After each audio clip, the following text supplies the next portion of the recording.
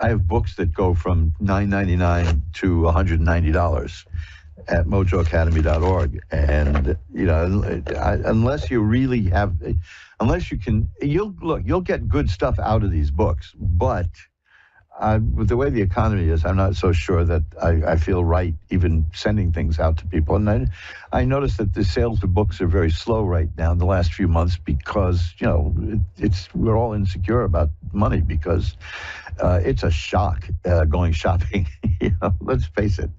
I mean, my electric bill in the apartment is what I used to pay for rent when I first moved out on my own.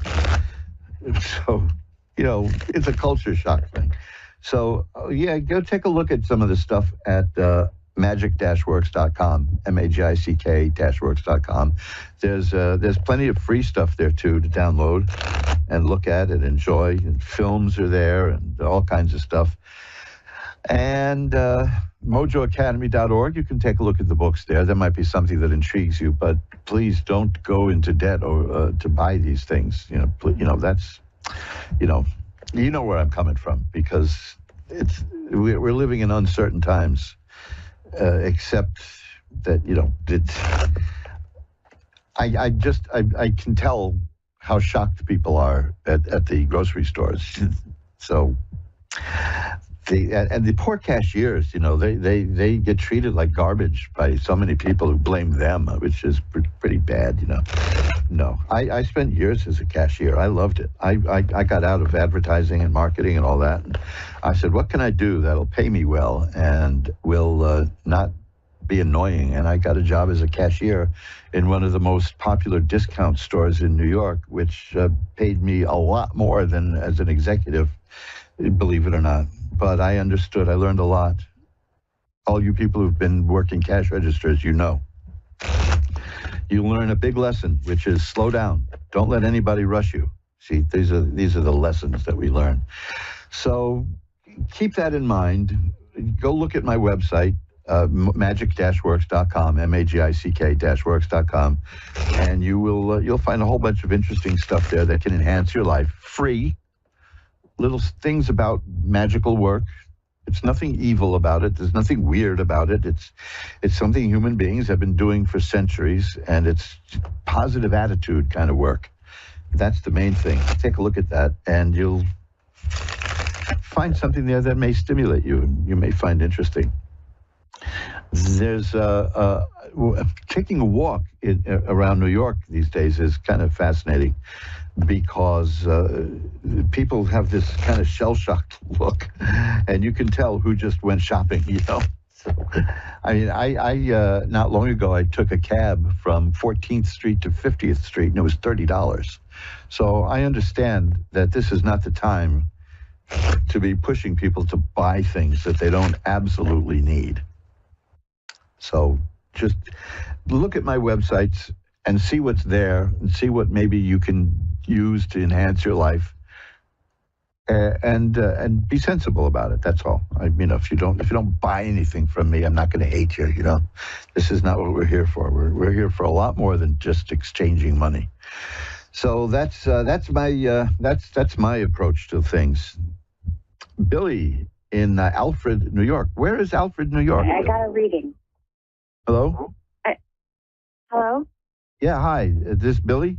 Hi. Yes, it is. Hi. Where is Alfred, New York? I've never heard of it. It is near Rochester in New York. Oh, okay, that I know. Everybody knows Rochester. No, seriously. I used to be in the camera business, and that's Kodak territory. That's a very sad thing I learned, because I remembered that I had taken in I'd done a lot of packing of film to be developed in Rochester, Kodachrome, right? And the plane crashed, and everyone on the plane, on the cargo plane, was killed, and the film was destroyed, and people were just angry that their film was lost. And that wasn't the brightest side of humanity that I witnessed, but I always think of that when I hear about Rochester. That people were upset that their vacation never happened now because they lost their pictures. But hey, there were were people who died, so, everything got to be put in proportion, I suppose. Well, that's a cheerful start to the reading, isn't it? Well, what can I look at for you? Well, I guess guidance in my family. My mother is ill, and we're not really sure how to process it. We know there's a lot of people on the other side getting ready for her, though, so that's a comfort. Well, I see the moon is a card here, and the moon is an interesting card. That's about hidden influences and unconsciousness,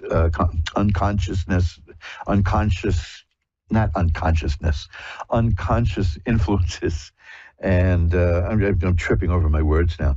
And it tells me that there's some deep things going on. You're right, that there is something happening on the other side, shall we say. Yeah.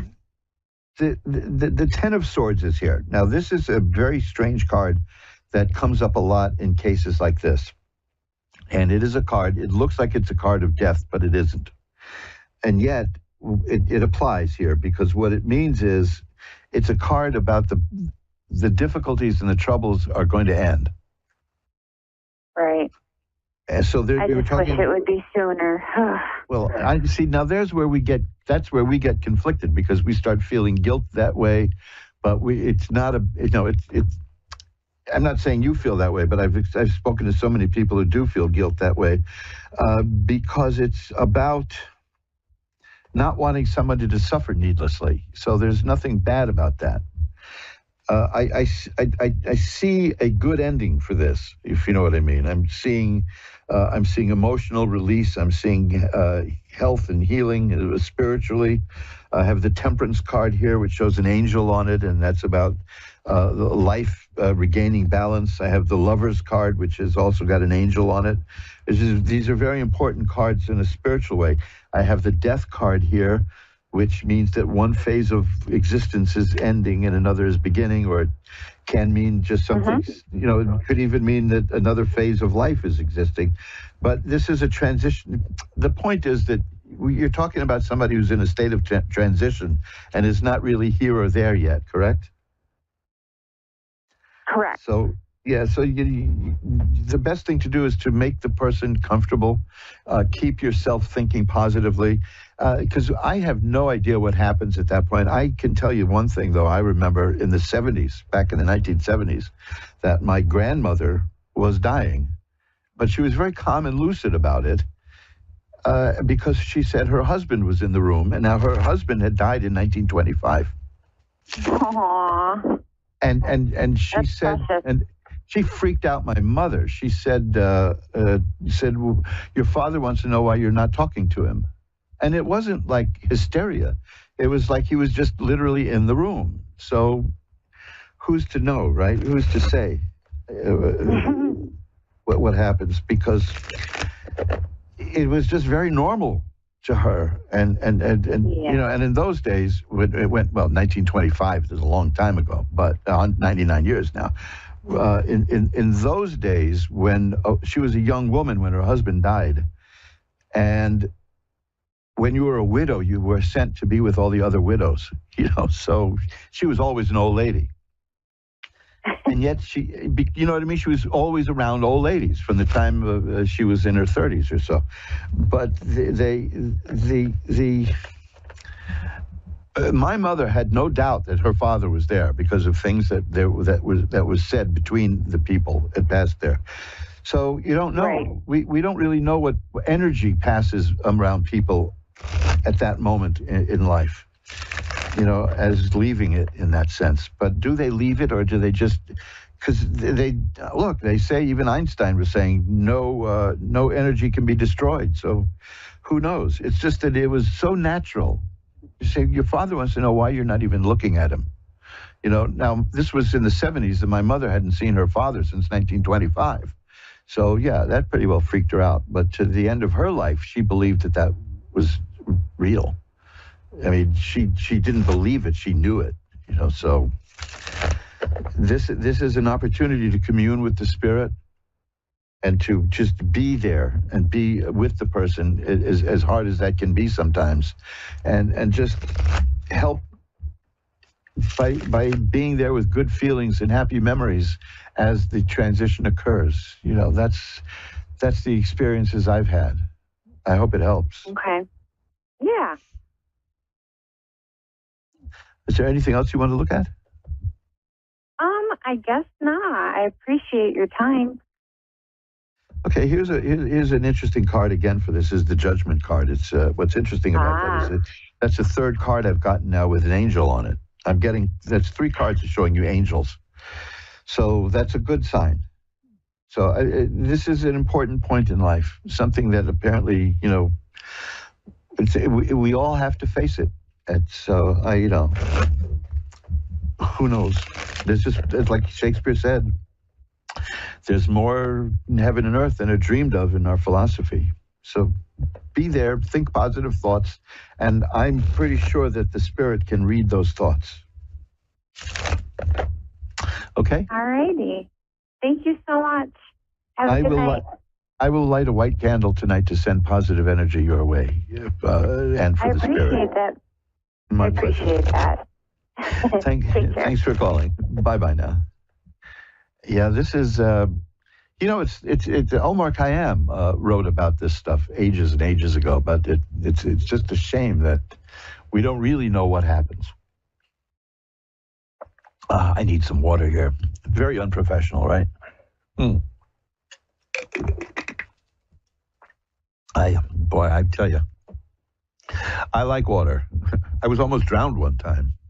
I got thrown out of the Y because a kid tried to kill me. Cheerful memories, right? He started stepping on my shoulders while I was in the swimming pool. And he was going to drown. He wanted to kill me. It was the most bizarre thing. So I reached over, I turned my head as far as I could, and I bit him in the near the ankle. And that got him off me, and I got thrown out of the Y I was actually excommunicated from the Y for biting the kid. I didn't care because, I wasn't dead. So every minute above water was good for me. Oh, boy, where does that come from, right? These memories that we have that are stored away in our mind, who knows what they mean? I guess that's what Freudians are for. Linda in Bowling Green, Kentucky is next. Hi, Linda. You're on with Reverend Elliot. Hi. Hi, how are you tonight? I'm doing okay. Thank you for asking. How are you doing? I'm doing good. I'm just a little... I've always wanted to get to Kentucky, and I've never managed to do it. I was born here. Then I moved out west for many, many, many years, and my health kind of went downhill. And oh no, it's better now. Back out here. Well, it is a little bit better, but I'm on oxygen 24/7, and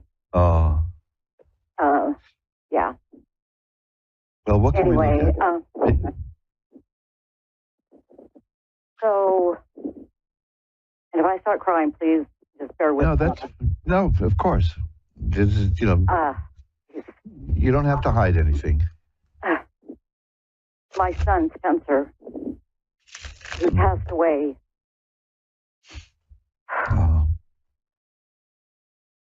It'll be 13 months on the 25th of this month that he's been gone.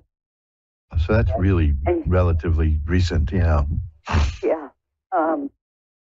He passed away in Utah. And his death was under investigation. And I still don't have the answers that I'm looking for as to what happened to him that night. He passed away apparently about 1:30, 2:30 in the morning. And he took off on foot about 10:30 at night, and it was like 8 degrees in Utah, and he died of hypothermia. And they don't have, and they don't have any idea what happened. Huh? Well, the autopsy report said that he died of hypothermia. He wasn't dressed properly. He was at a condo with one of his older brothers, actually, and they were supposed to be renting this condo from the man that lived there. He was getting ready to move, and they started drinking. Something got said, and my son took off on foot and ended up in a backyard with tracking through like a foot of snow in his sneakers. And I mean, he was on video going into this cul-de-sac. And once he went out of view and apparently climbed into this yard to go to the back, probably to climb over it, to take a shortcut home. But it had barbed wire up on that because behind the homes were stores. And I guess that's what they do, you know, with the homes, that they put barbed wire up on there. But I need to know, or if you can help me to make some kind of sense as to what happened that made him leave. Well, all I've been told is that he got upset about something. What did he get upset about? What? Well, let me just tell you first, while you were doing that, the first card I got is the Judgment card. That is a card with an angel, and it refers to the Last Judgment. But more importantly, it means that there will be justice. So I'm assuming from this that there will be a time when you find out what happened. Okay. The other cards I have, and this is the difficult part, are really the saddest cards in the deck. I've got the Nine of Swords and the Three of Swords. These are terribly sad cards. So what the cards are picking up is the great sadness that you're going through, and that is. Oh gosh, I am so. Yeah. No, look. Of course, obviously, you're going through that. I'm just saying that that I can't see beyond that first card, which is the Judgment card, which is one that it implies justice. It implies that there you will find out.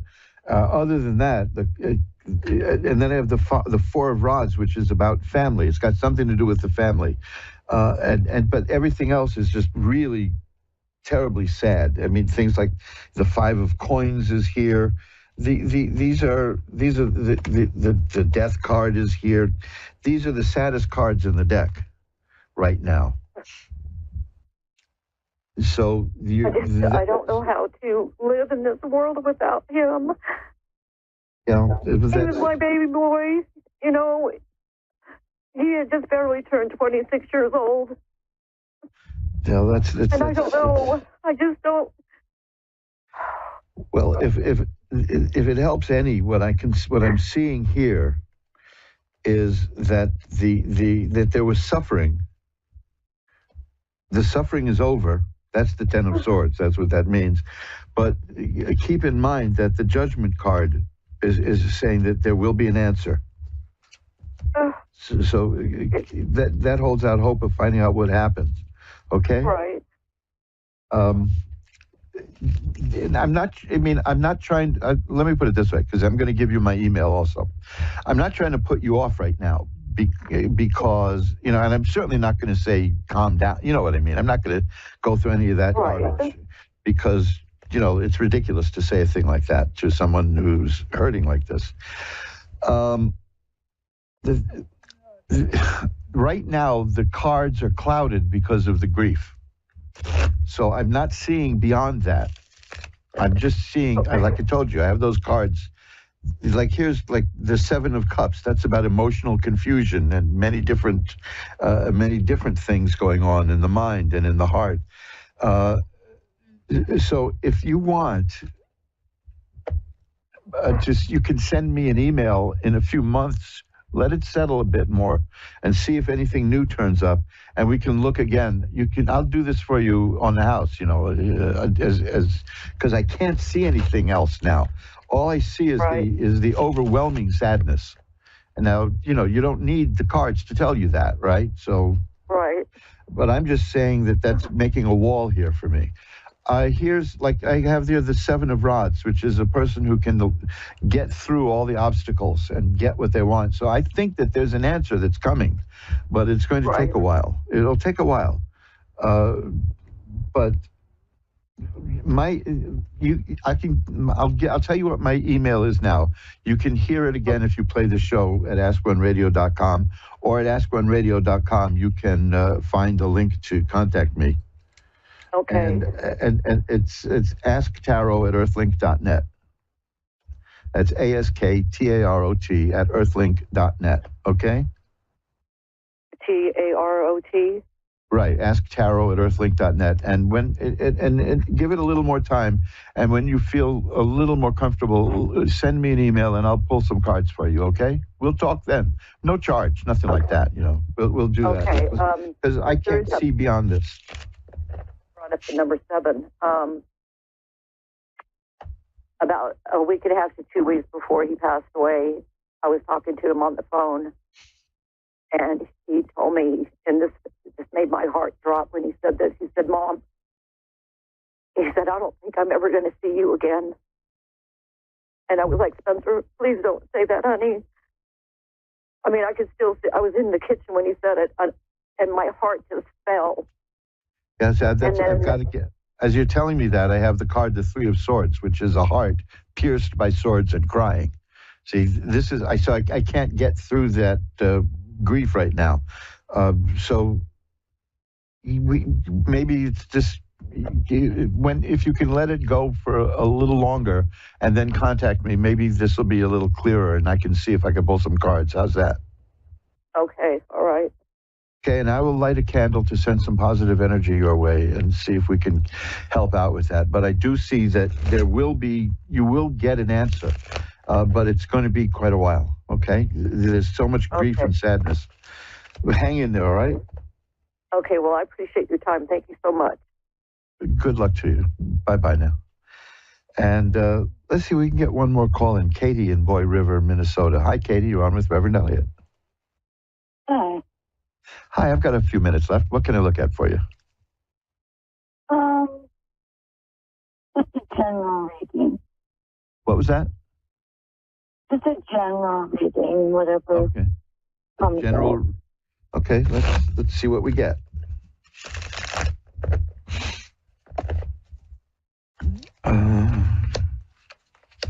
Have you had financial problems lately? Yeah, I have. Okay, because I see that, but I also see it ending. Okay, that's why I'm happy to mention that.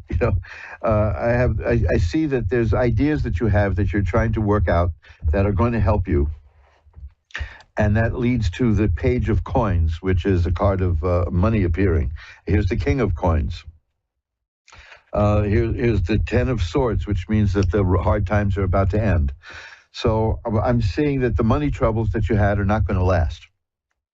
You'll be solving that, okay? Perfect. There's the Three of Coins here says that there's something you're going to do, that it's a job you're going to have, a project you're going to work on that's going to bring you some money and lead to more work. That's a concrete thing. That's pretty good.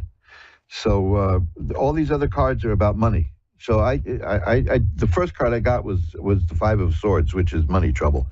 After that, the cards are good in terms of money. So I don't see a problem there. I've got to run. I'm just about out of time. Okay. I'm glad we could squeeze you in. Yeah, thank you. My pleasure. Bye-bye now.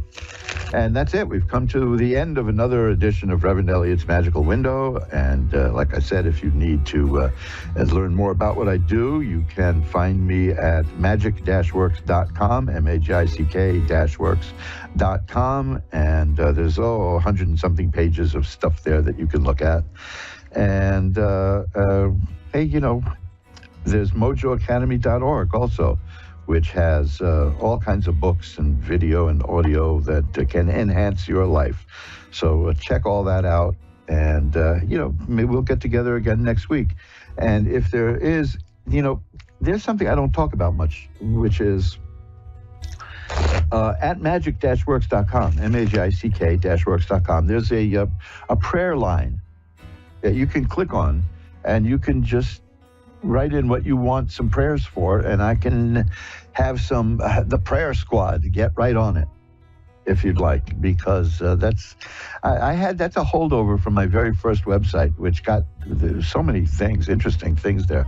It led to another screen, and it was always filled with requests, and you can do that there. It's a prayer request thing. I don't remember exactly what it's called, but you'll know it when you see it.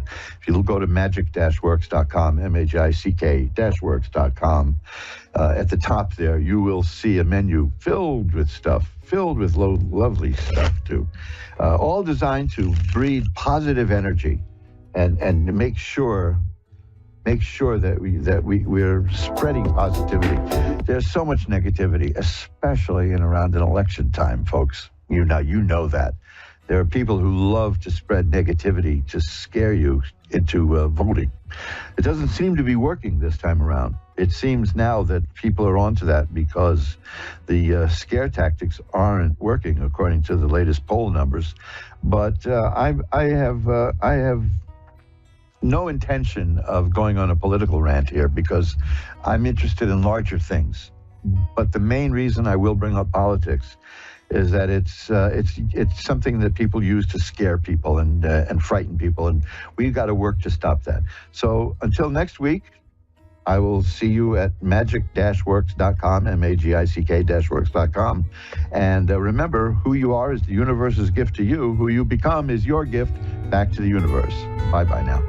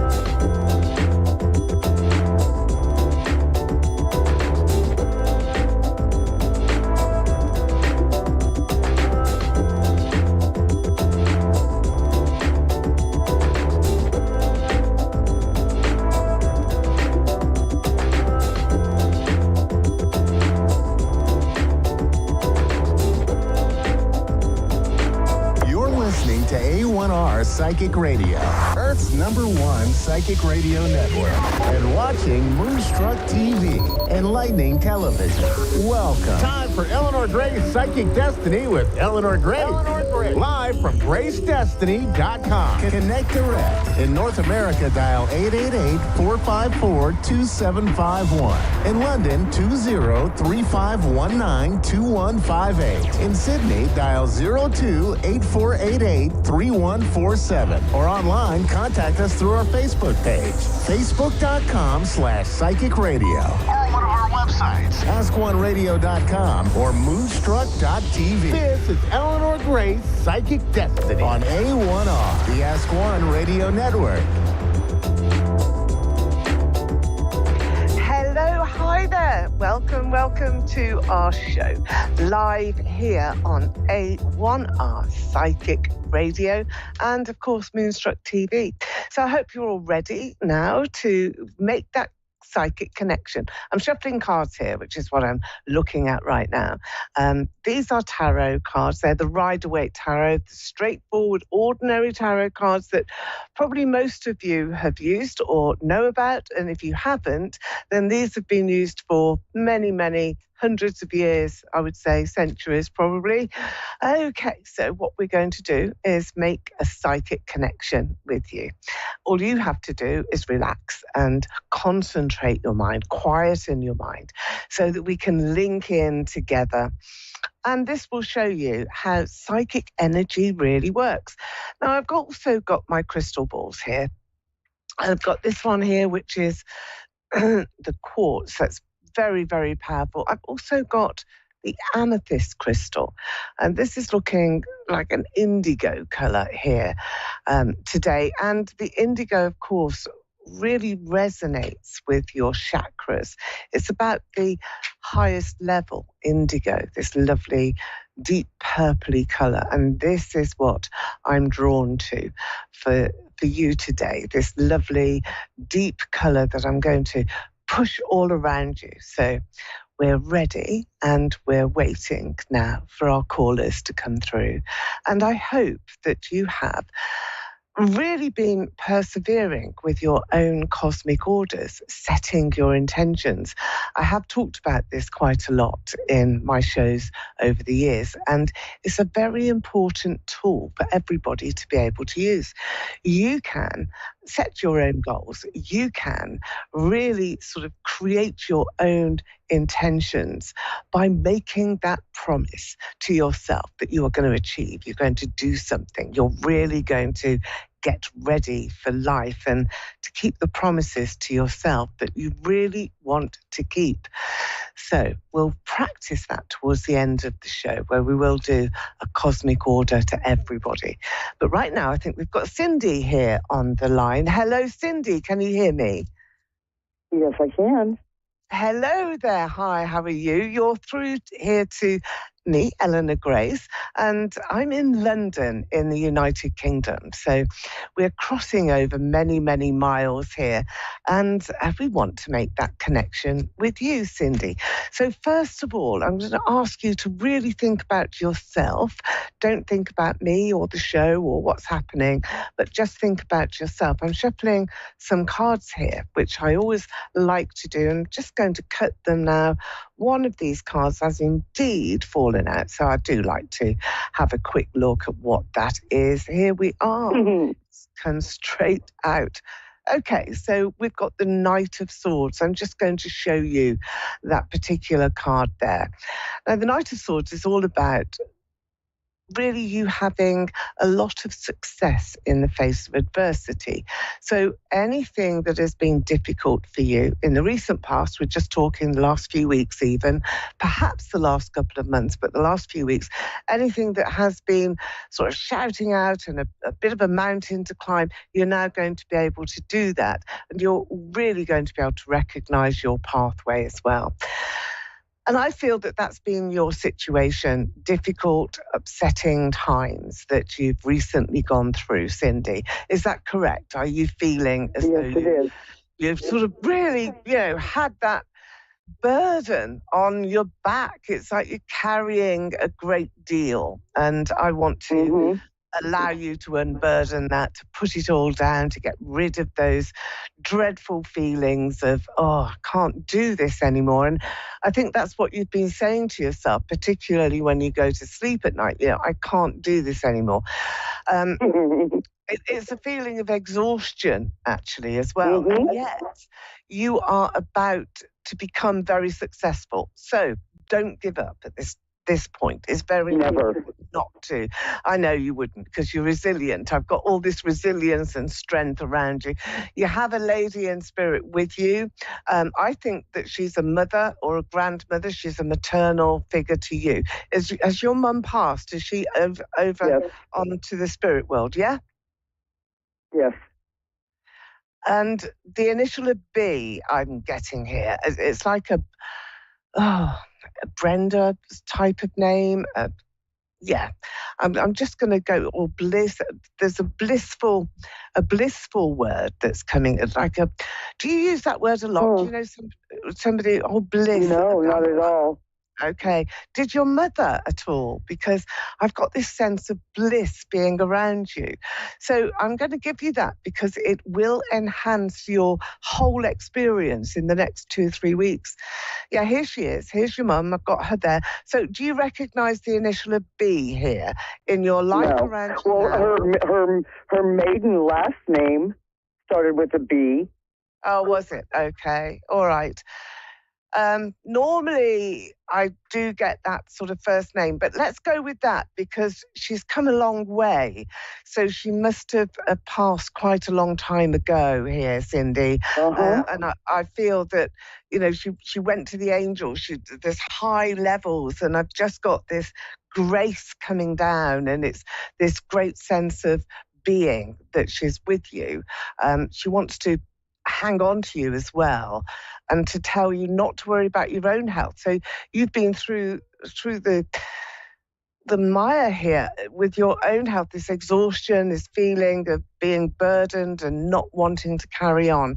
Has that been because of feeling unwell? Because spirits are coming in, your mum is coming in to lift you up. There is this great sense of, no, you mustn't feel like that. That's really not what you should be doing. There's unexpected developments here for you, some surprises that are going to be coming into your life. And I feel that this is really important now for you to understand, Cindy, those surprises. Do you have that sense of foreboding around you with your health? Have you been? Oh, no, my health is fine. Good, because it just seems as though it's low. So you've got this really low energy. I can't get past it. So I feel that you must now concentrate all of your efforts onto yourself and perhaps having a different attitude, approach, different frame of mind. That is going to boost this lovely indigo energy that I want to give you. And you've got some unexpected surprises here.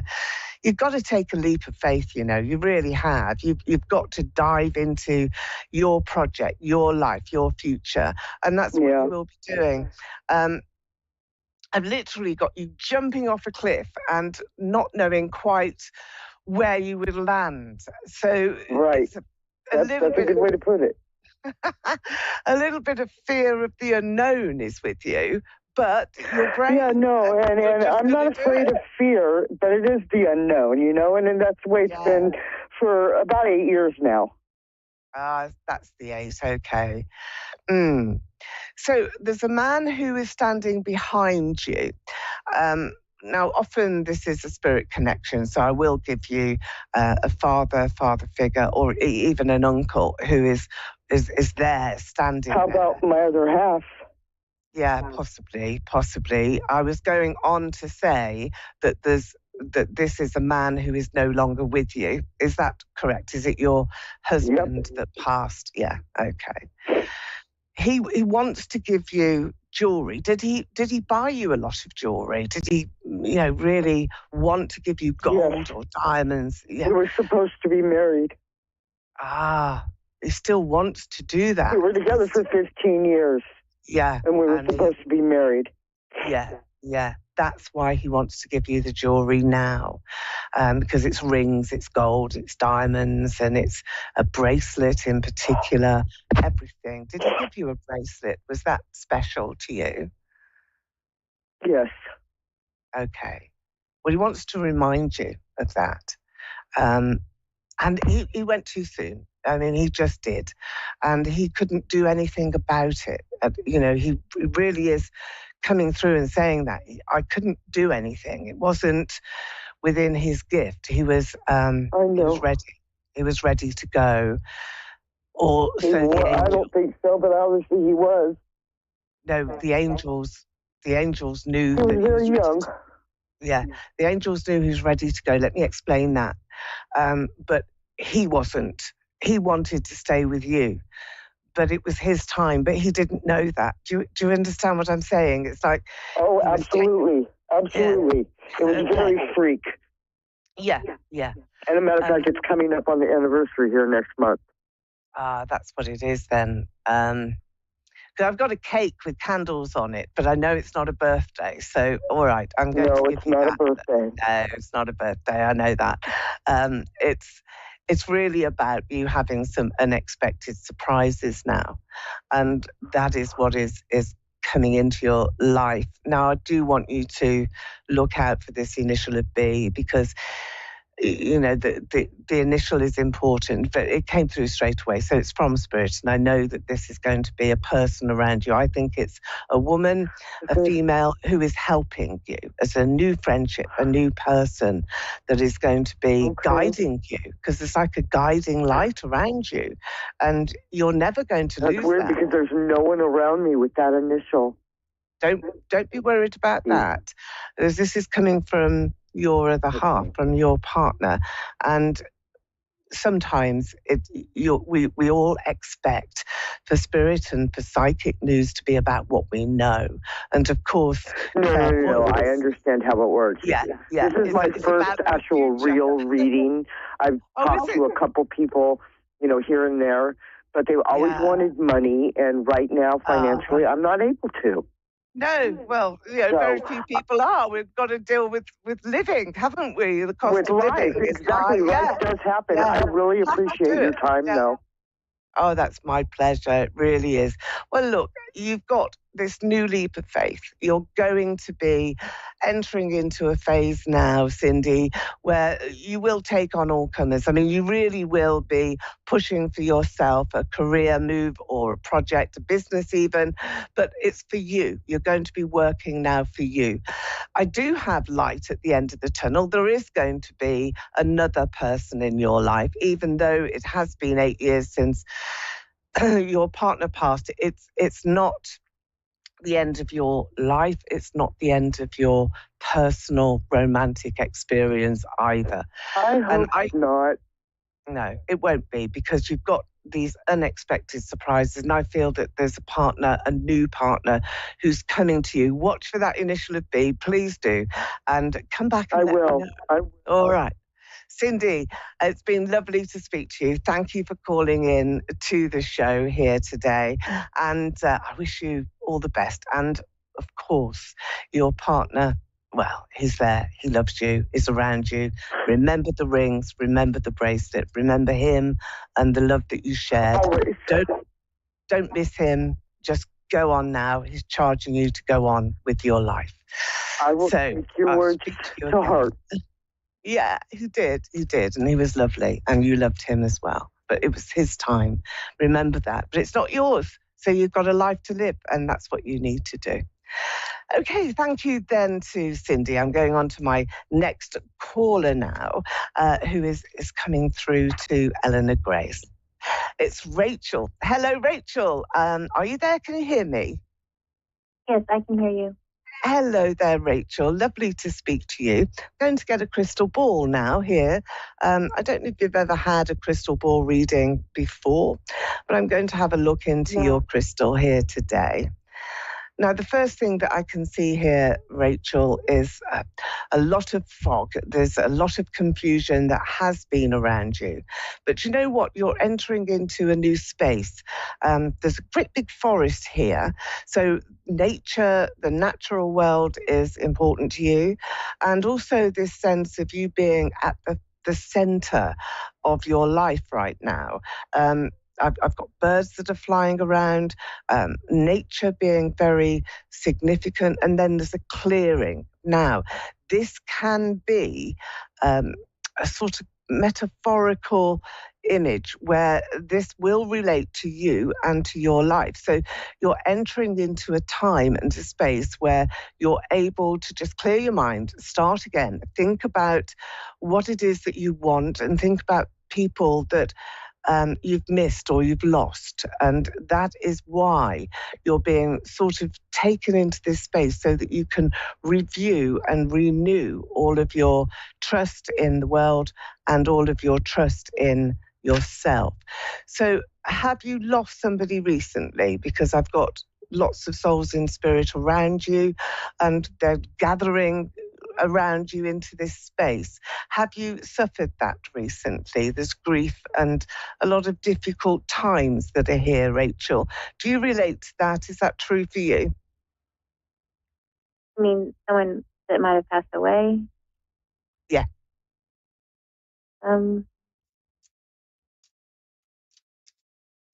Not that you're aware of? Right.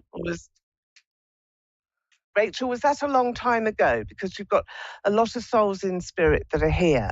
And what that means to you is that you're being supported by your guides, by angel guides, and from ancestors, loved ones who are no longer with us. They have passed into spirit.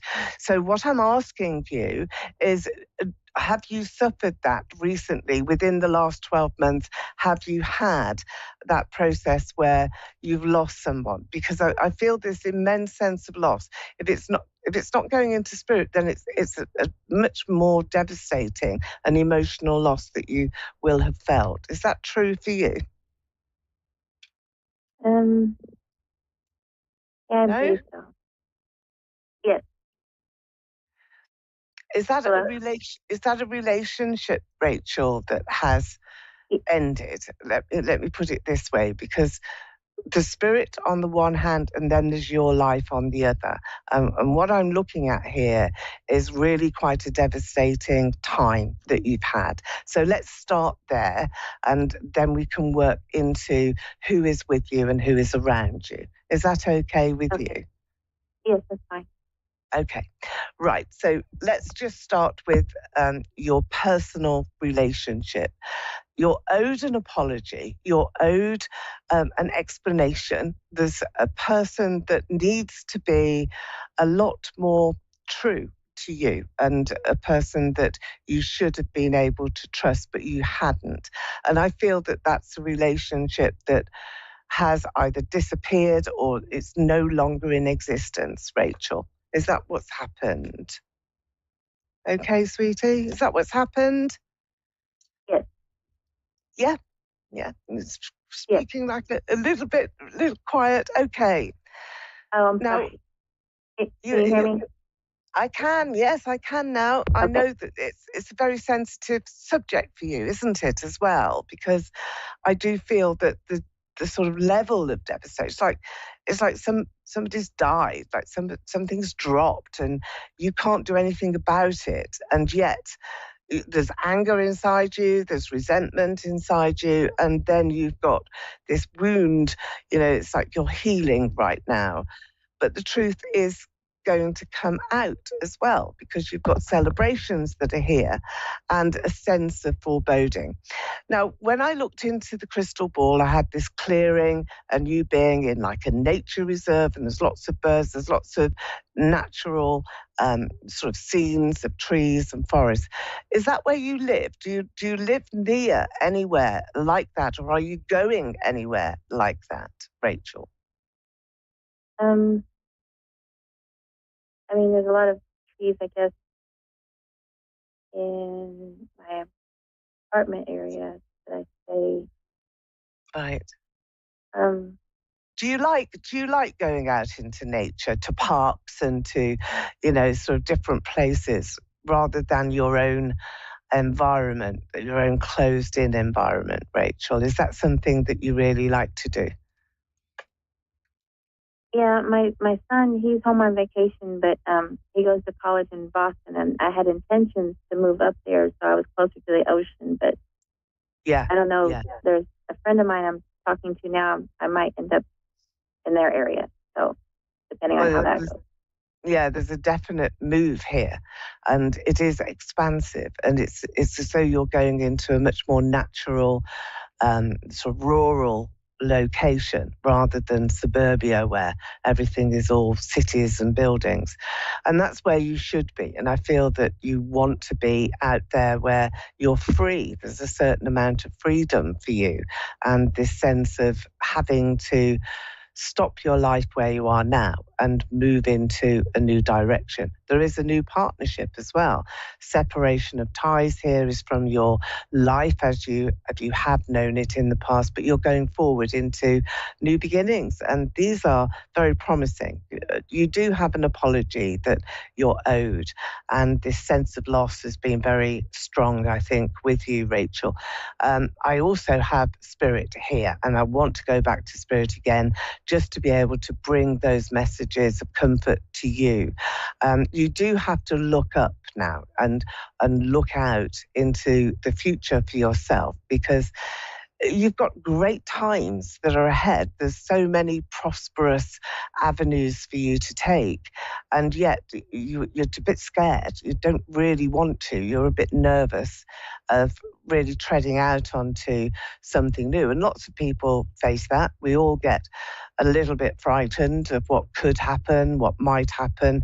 And yet what you are experiencing here is what is going to happen. And that's you entering into a new relationship and Spirit being able to push you forward. You're quite psychic yourself, even though you probably shun it away. But look at your dreams, look at who's coming into your dreams, because they're very important.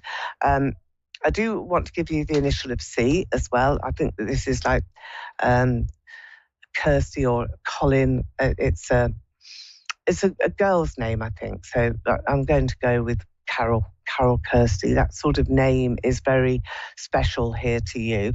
So if you know anybody with that name, or if you are looking out for new people, new friendships, then just bear that one in mind. It's a new job as well. What was the name again? You've got Carol here, and there's also Carol or Kirsty. Those two names were very strong. So I'm going to give you those names as signals. They're like signposts. You're being given signals here from Spirit. Did you have a child that was lost in Spirit? Did you lose a child at any point, a miscarriage, or some sort of there's angels that are around you, and I've got a baby that they're carrying. So I just wanted to ask you that question very carefully here, because you're being so protected in Spirit, Rachel, that it's like you are being carried and that you are being given loads of rewards. There's a lot of rewards that's coming to you.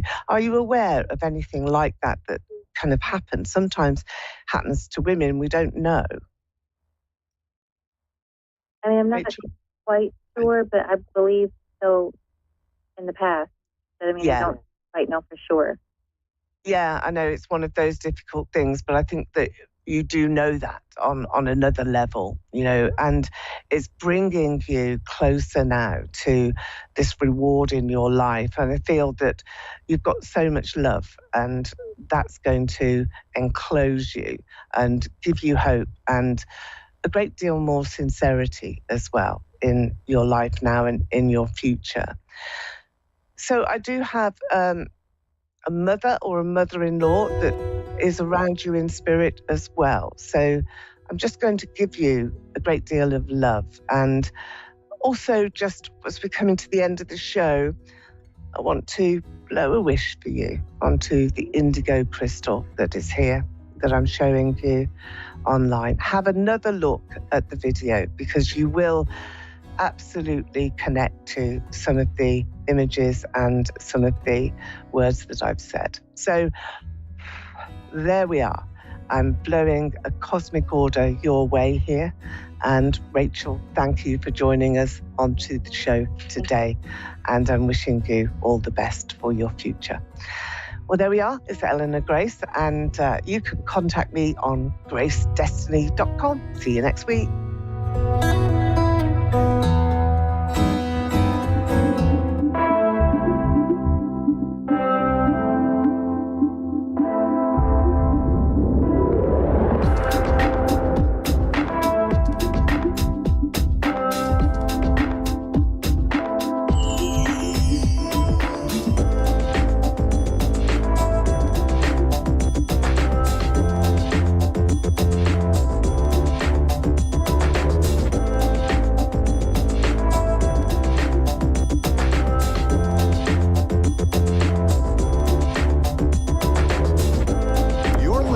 A1R Psychic Radio, Earth's #1 psychic radio network, and watching Moonstruck TV, Enlightening Television. Welcome. Time for Divine Heart Channeling with Ivana Botic. Search Divine Heart Channeling on Facebook and all other social media. Connect direct. In North America, dial 888-454-2751. In London, 20-3519-2158. In Sydney, dial 02-8488-3147. Or online, contact us through our Facebook page, facebook.com/psychic radio. Or one of our websites, askoneradio.com or moonstruck.tv. This is Divine Heart Channel on A1R, the Ask One Radio Network.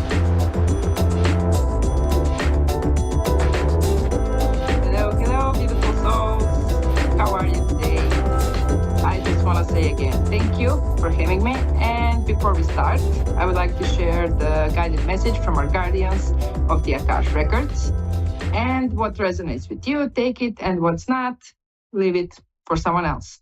So the guardians want you to know that with this coming eclipse date, the important thing is to take care of yourself, to give yourself more love, to give yourself more self-care, and everything that you do to do from your heart.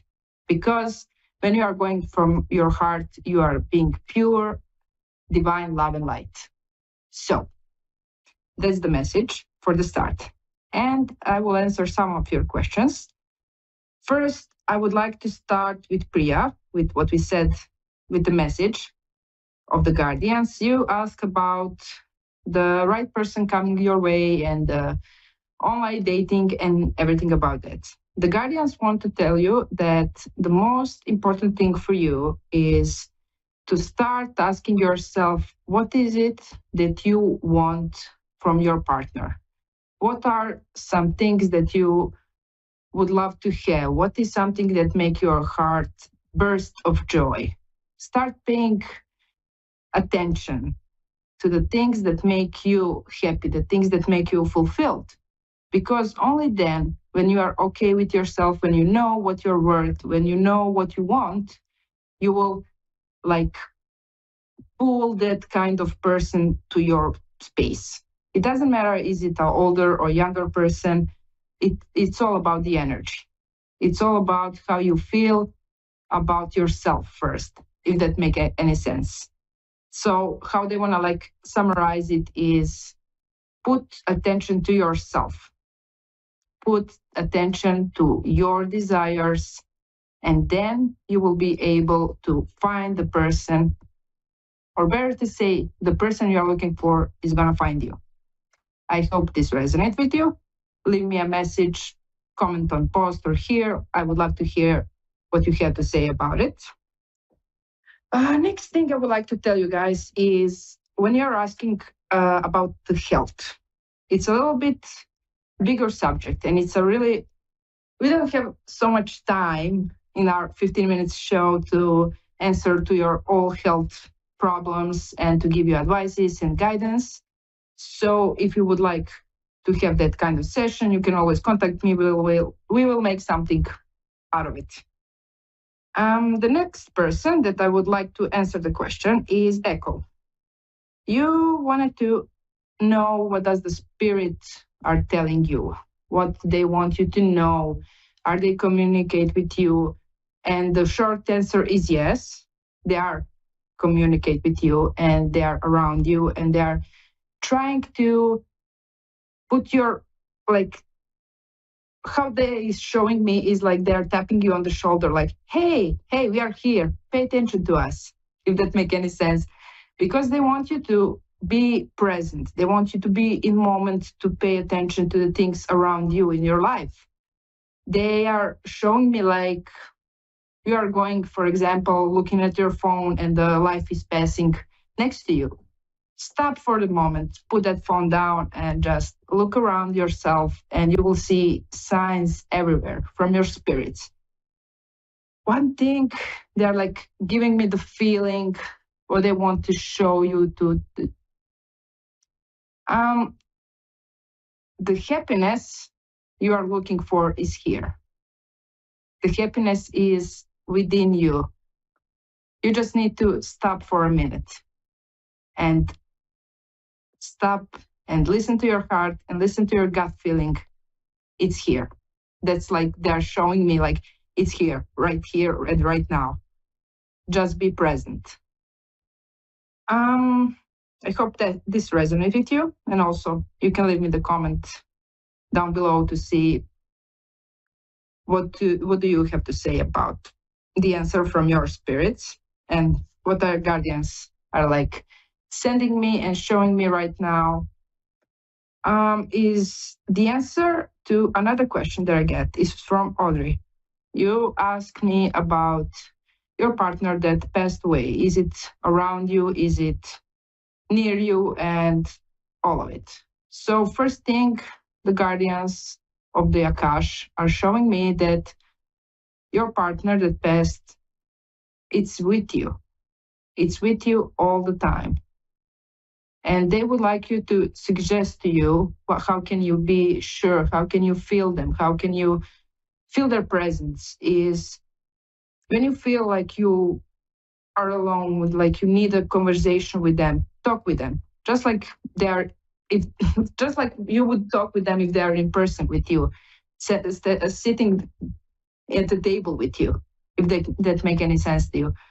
How they're showing me, the guardians, is you having like a full conversation, saying whatever is on your heart, whatever is on your mind. Be open, be vulnerable, be gentle with yourself, firstly. And also, the guardians are showing me, if you don't believe that too much, that they are there, ask for the signs, ask for some clarifications, and be specific. Ask for example, I don't know, pink elephant. It doesn't matter where it's going to show, but it's going to show and they're going to give you that confirmation. They're going to show you that they are there with you to be your wind in your back, to give you those wings that you are feeling like you are missing. And about unborn child, nothing is coming through right now, but it doesn't mean it's not there. They wanted me to put focus on your partner and your relationship with yourself firstly, and then with your partner. If that makes any sense, I would like you to let me know if that feels like something that you could resonate with, or is there something else that you need me to clarify? I would be more than happy to do it. Another thing the guardians are like giving me right now is for everyone that this resonate. Again, it is with that being in moment, with being present, with paying attention to our bodies. If you don't know, we have like mainly 6 bodies. We have physical, emotional, ego, spiritual body, mind, and our inner child. They would like us to pay more attention to our inner child, to be more with our kiddo in ourselves, to play more with it, to find the things that we used to do when we were kids that bring us so much joy, and to bring back that things in our life. Because rising our vibration, rising our frequencies, we're going to go easier with these assertions, symptoms that we all have. I believe if you are watching this and you are here, you are already on ascended journey, and you know how sometimes it can be, I'm not going to say painful, but rough for our physical body and emotional and with our mind. So they want us to bring back more of that childish energy, joyful in our everyday life. They're showing me like we can always take ourselves to ice cream, to a playground, and just sit on the swing and be present, be in the moment, feel that energy that is coming through, feel that joyfulness, and to take it into our life, everyday life, to take it on our every single situation that is happening next. They want us to be more like kids, if that makes any sense to you guys. And also one thing they want me to share with you is not so popular thinking about the ego, but ego is our friend, because ego is part of us. We shouldn't be like killing ego or shut it down or whatever, because ego was always there to protect us whenever we need it, whenever we felt like we are not worthy, like we are not seen or heard. Ego was there to protect us, and it did its job the best that it knew. So don't be too hard on your ego, and don't be like, get out of the room, you are not good enough, because ego is you, like every other body that is in you, it's you, if that makes any sense.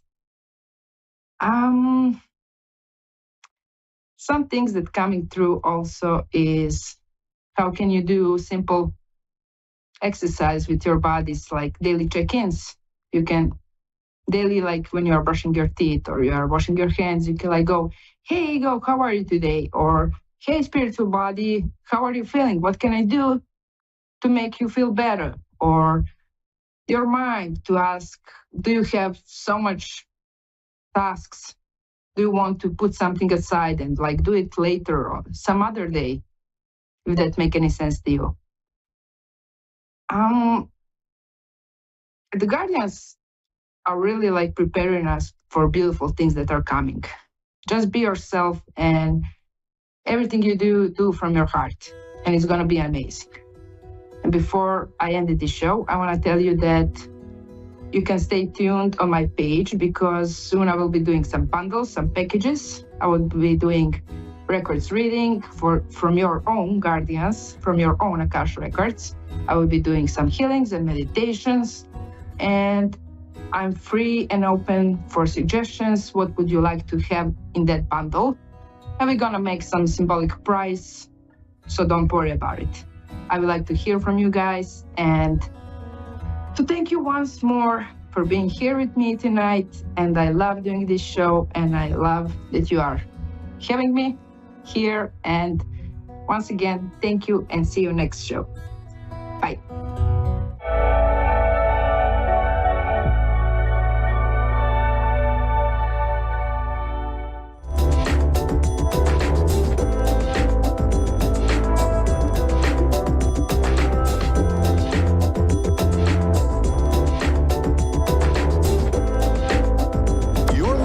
A1R Psychic Radio, Earth's #1 psychic radio network, and watching Moonstruck TV, enlightening television. Welcome. Time for astrology and psychic readings with Lady D. Lady D. Live from LadyDPsychicParties.com. Connect direct. In North America, dial 888-454-2751. In London, 20-3519-2158. In Sydney, dial 02-8488-3147. Or online, contact us through our Facebook page, facebook.com/psychic radio. Or one of our websites, AskOneRadio.com or Moonstruck.tv. This is Astrology and Psychic Reading on A1R, the Ask One Radio Network. Hi everybody, welcome to Astrology and Psychic Readings with Lady D. I'm your host for this segment, Lady D. Hope you've all had an amazing week ahead. So with this week is going to be another good week with the astrology. The only sort of day that we have that's not as positive would be next Thursday. So we've still got today feeling that conjunction of Venus and Jupiter, which conjunct yesterday, and it was opposing that full moon that we had, and we've still got that full moon energy today, and it's still opposing that. So that's a really good energy, that moon in Sagittarius. So it's about being free, it's about having fun, it's about taking risks, it's about perhaps travel or planning some sort of travel as well. And it's about, like says, luck with either like love or relationships. And that even could be going even to the point of planning a trip with a loved one, maybe a family member or partner. Could be something like that, bringing up those kind of energies coming up for this next couple of days. We've also got today, so Venus has moved into Gemini, and that has happened today. We've also got on the 25th, 26th, depending where you are in the world, we've got Jupiter making that move from Taurus into Gemini as well. We'll be there for roughly over the next year. So with this Gemini aspects coming in, Gemini is also a sign of youthfulness. It's just a sign of networking. It's a sign of learning. With Geminis, you can have a conversation with them about just about any other subject because they want to learn so much and they have an interest about so many different things, and they might even think they never know enough, so they can always continue to learn and to grow. But they're also youthful people as well. I always find when you talk to a Gemini and they're talking about something that they're passionate about or excited about, their eyes sort of light up. So I always like the aspect with Geminis with them too. They're very fun people. They are really good working with young people. So we're going to have this energy of like light, social energy, being very social, networking. Big thing about Gemini is about networking. So over the next year, we may find different countries creating different partnerships or networking to gain different things around the world. I also may see changes in the education system too, and it'll be positive changes that come in with that. We've also got two this week. Especially next Thursday, we actually do have it's a day of a big transformation day. We have the Sun, we've got Mercury, we do have Venus, we've got Jupiter and Uranus all trying Pluto, and then we've got Neptune sextiling Pluto. So this day is going to be a big transformation day. It could be a day of endings, but it's going to be a positive aspect too with that. We're finishing up today, saying tomorrow, finishing up with that square with Mercury and Pluto, which will be finishing up, which will be a good aspect. I know I've had people messaging me, friends, and that was not hearing like great news or people being bullied or just being told certain things that aren't very great been happening, and that's because of that square there. But that's finishing up this over the next couple of days, which is positive. But next Thursday, we also have a conjunction of Mars and Chiron, and that's also going to be creating a square with that Pluto. So on that day, it could be a day of frustration a little bit, or frustration over painful issues that have caused you a little bit of grief, maybe coming up to the surface that day. Some of the things that I've gotten written down here for this week ahead is about having patience and faith and just knowing that everything's going to work out. It's just like this is a week of not being bullied. So if you are bullied or got people who are strong around you, don't really stand up for it. But know how to say things in a way where it's not going to escalate too, which is also a thing to juggle with. Stay away from people that's saying about people causing you headaches. Don't neglect what needs to be done. Take notes. I feel like this could be a week of a bit of forgetfulness. So I feel like take notes of important things that need to be done. Help people when you can. There's a need to be free this week. I feel like also a week to need to find your quiet space and just to breathe in the world around you and to just sort of go within a little bit. Also a week of keep evolving, keep growing, keep learning as well. And I feel like this week it's about more knowing who you are. So it doesn't matter what people say. What people say to you, just know that you're beautiful or that you're great, you're confident inside and out. So let's go to a caller. So we've got here Laura, who is in New Jersey. So Luna, hi Luna. That's the name of my friend's cat's name. How are you today? Hi, how are you? Good. I'm good. How can I help you today? Yes, I wanted to ask, I graduated from nursing school about a year ago, and I took my test. I didn't do well, and I want to know if I'm going to pass it once I take it, and when do you see me working as a registered nurse at a hospital? Yeah, I feel like you're only repeating this once. So I do feel like you will get in this time. I do feel like it's your calling. I feel like you have a need to be able to help people and understand people as well. I feel like your career is going to blossom, but I do feel like it's going to go more into a holistic caring profession. I don't know when that will happen, but I just feel like it's a holistic thing there for you. But you are going to grow, and I do feel like it is your calling. I see you also working with babies as well. With babies? I feel like yeah, I see working with babies too. I just feel like you kind of already know everything, but you get it's the stress or the pressure that makes you forget or make you not as confident. But I kind of feel like you know. And I feel like sometimes the words or certain terms trick you. But I feel like you kind of already know what to do. Like you know everything as well. Yeah, I mean, it was 3 years. I mean, we always had to score like 100% in our medication calculations. We had to maintain a B average, or else we wouldn't be able to graduate. So, I mean, I know the material, but I could be nervous because when you take tests, you always feel nervous. Yeah, I'm that way too. I hate tests because I'm the same way. I get very pressured and very nervous about it. But I feel like I'm not a doctor or anything like that, but I kind of feel like acupuncture, something that's going to make you relax even before the test, just to make you breathe. I feel like it's going to help you, or just to just help with stress anyway. I feel like acupuncture is a good thing for you to do. If you know anyone who is good at doing that or provides that service. Not a doctor.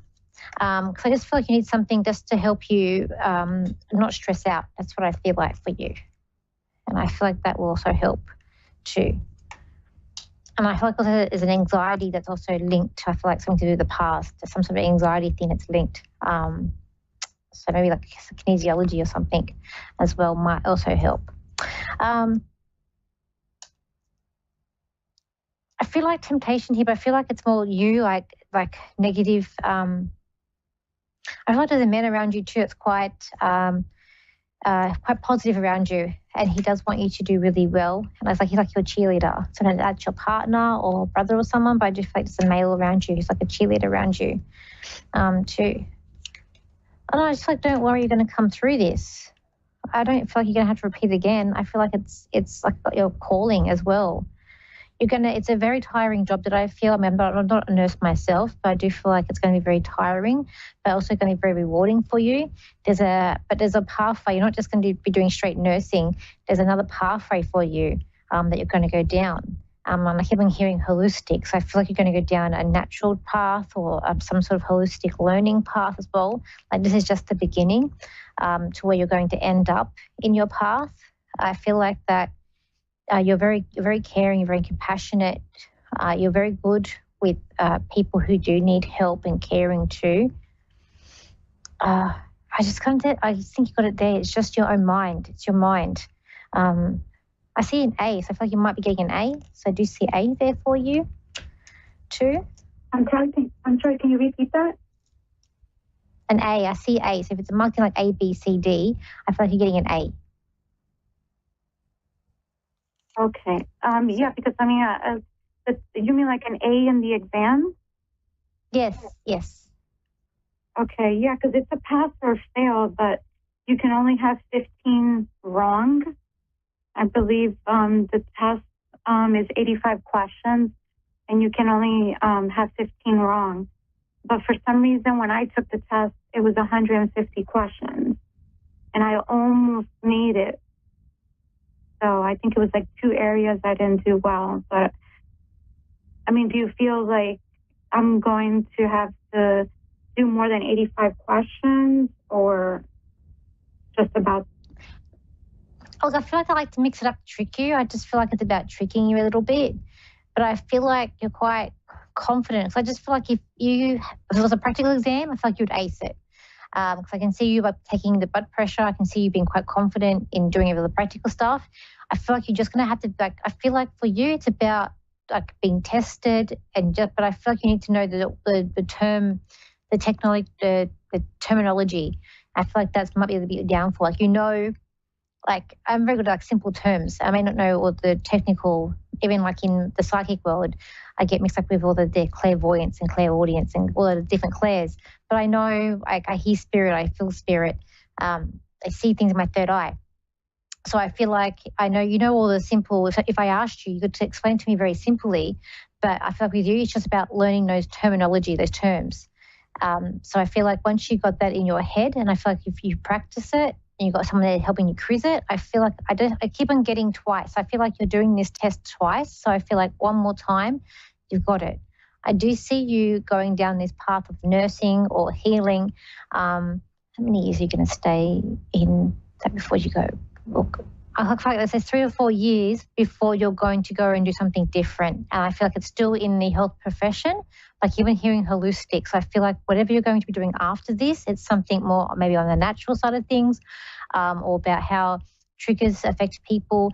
There's something holistic that you're going to be doing after this as well. Well, I was thinking about either getting my master certificate or my doctorate degree, like for nurse practitioner, but I was not sure if I was going to go into mental health or to work as a nurse practitioner in the emergency room. I wasn't sure. What's that? Look, you're going to be doing stuff with the mind. Like, I feel like you're doing things with the mind. You also, I feel like it even could be what I'm seeing. It even could be like homeopathic that you're going to be doing in the end. I feel like you'll do the medical stuff, like you're going to be doing it now. I do see you in a nursing outfit. I do see you like walking around like hospitals. So you will get to that. But I also see like some sort of like natural, like homeopathic, like I see with the flowers and different plants too. So I do feel like there's that for you as well. Like you're going to change once you're in doing the profession. There's a change here. But I feel like it's going to be a good change that you do. You are going to study more.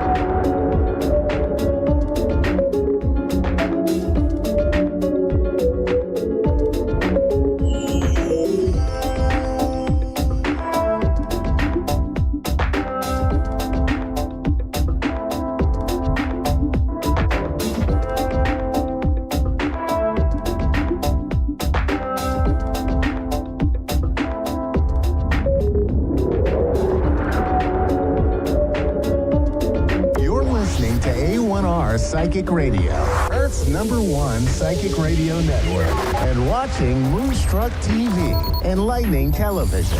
Welcome. Time for Readings by Diane with Diane. Live at readingsbydiane.com. Connect direct. In North America, dial 888-454-2751. In London, 20-3519-2158. In Sydney, dial 02-8488-3147. Or online, contact us through our Facebook page, facebook.com/psychic radio. Or one of our websites, askoneradio.com or moonstruck.tv. This is Readings by Diane on A1R, the Ask One Radio Network. Hi, everybody. It's Diane Jarecki here at Readings by Diane. Welcome to my show. Thank you for being here. And I've got an exciting week coming up this week. My older son and his girlfriend are coming in.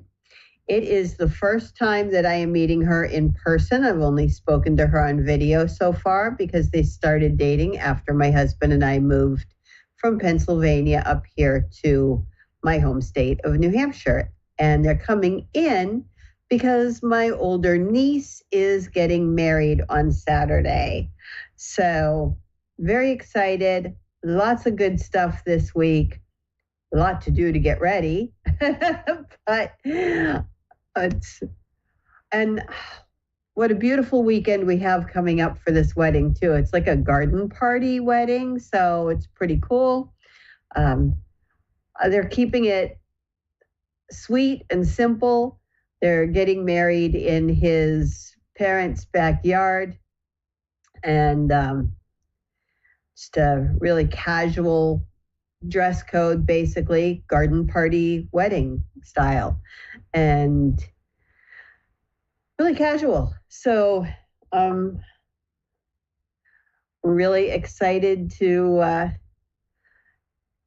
see the kid. Well, at least my older son. My younger one is not making it, still not getting to see my grandson. Anyway, Evelyn in New York City. Hello, welcome. And how are you doing today?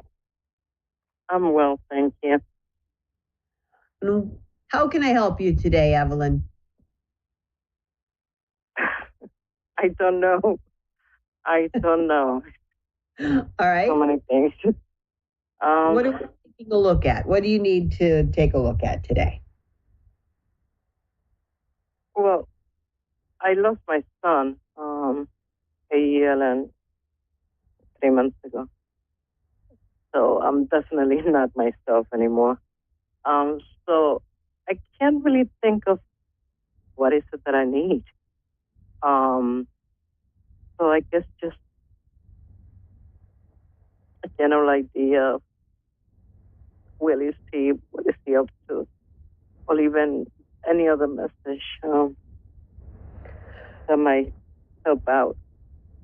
It's very difficult. If anybody who has lost a child will agree. It's very difficult. So I'm okay, but all I know is that I'm not okay, and that in that sense I'm okay. Yeah. Anyway. It is the hardest loss. I do know that. I mean, as a mother, I can only imagine.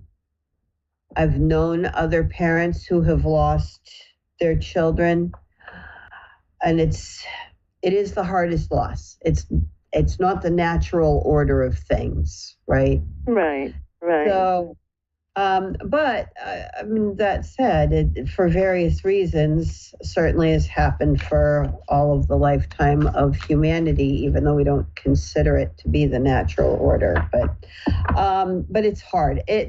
Definitely the hardest loss, and I don't think you ever get over it. I've never known anybody to actually get over it or anything. Life just does slowly but surely move on. Mm-hmm. I've been widowed, so I've known that loss.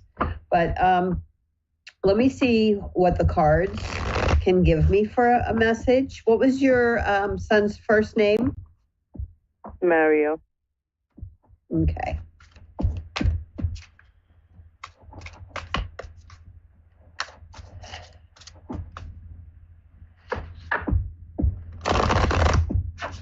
Because while I don't typically do mediumship with the cards, it is possible to get messages from loved ones using them. Maybe some other messages that will clear my mind a little. All right.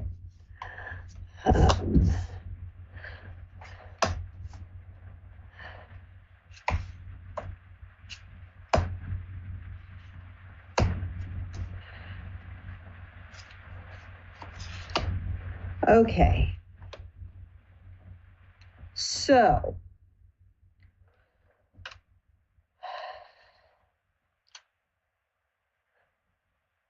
the first thing I want to share is the first message coming through with the 3 of Cups and this 4 of Swords. I really feel he's saying that he loves you, he misses you. Mm-hmm. Okay.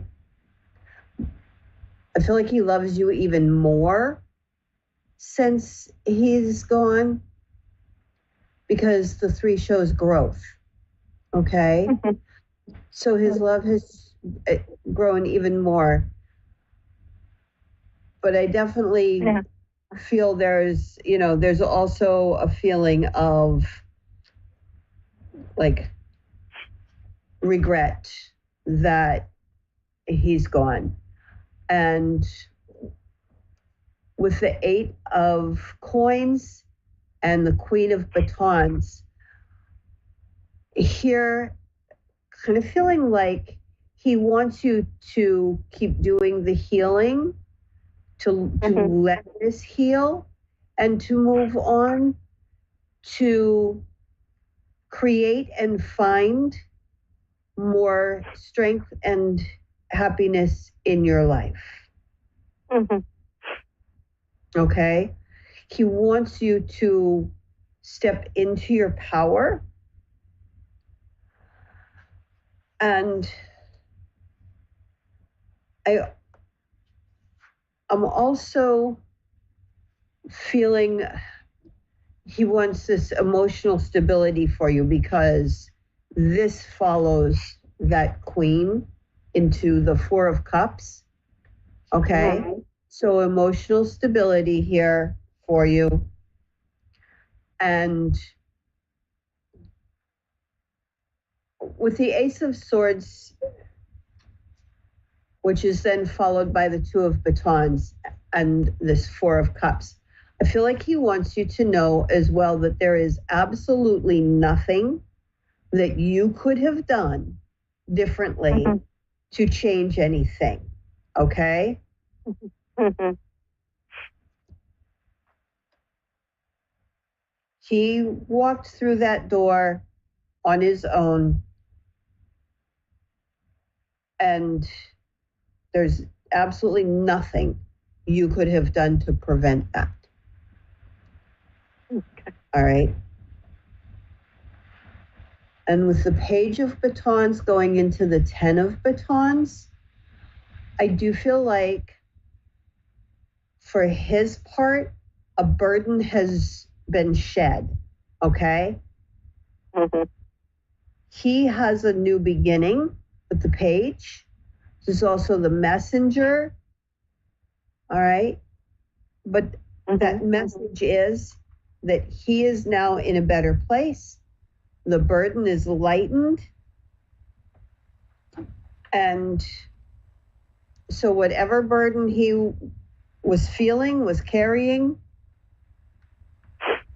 he's doing a lot better now. All right? He is always nearby. Keep that in mind. Our loved ones are never, ever far away. They are literally only a thought and a heartbeat away. Okay? I've been widowed, and I can assure you for a very, very, very long time afterwards, my late husband was still around. We had a son, and I knew it when I felt it. And he's still, all I have to do is think about him. I mean, I've remarried and moved on. But he's still only a thought away. And your son will always, always only be a thought away. If he's even that. And I know it's not the same. No. But he is in a better feel place. all of that. I do feel that at times, I could understand all of that, and I feel it. I talk to him, out loud. I just express my thoughts to him out loud. I get that feeling that but he left 2 babies, twins, only 3-year-olds. They were not quite 3, they were 2.5. And and I haven't been able to see them, so that really, really hurts. Yeah. He lived with his fiancée, and I know she's very, very hurt also, and I respect that. But that hurts so much not to be able to see the babies right now, for whatever reason, which I don't understand, but except that she's in pain, she's grieving, and I do respect that. But it's hard. It makes it so much harder. It is, and it does. It does. Yeah. So, because they are an extension of him, and we always had a good relationship. So I'm just waiting. Yeah. For whatever it takes, for her. For some reason, I guess I remind her too much of him, and it's hard on her. And we don't live close by either. So. But and I know how hard in my mind. Huh? I know how hard that is, because my children are all in Pennsylvania, and my sons and my stepsons. And so, like, my husband and I have grandchildren we haven't seen yet. And they're like over a year old. So that is very hard, Yeah. Yeah. See, I saw my grandbabies. I saw them every day because he was constantly, he would call me every day and show me their little videos, and I would talk to them. And then, once he passed, we communicated for a while, but then he stopped. And I understand that she's so in so much pain. I understand, It's very hard. And so, but understand, I feel like she's going to transition out of that. Okay. So being flexible, followed by between worlds and a deep knowing, know deep inside that first off, he's never far away. But secondly, that I feel like you understand she is going through what she's going through here and now. But between worlds shows me that she will heal enough. Eventually you'll have contact again. And I do have to go. I will keep you in my prayers and send you good healing vibes.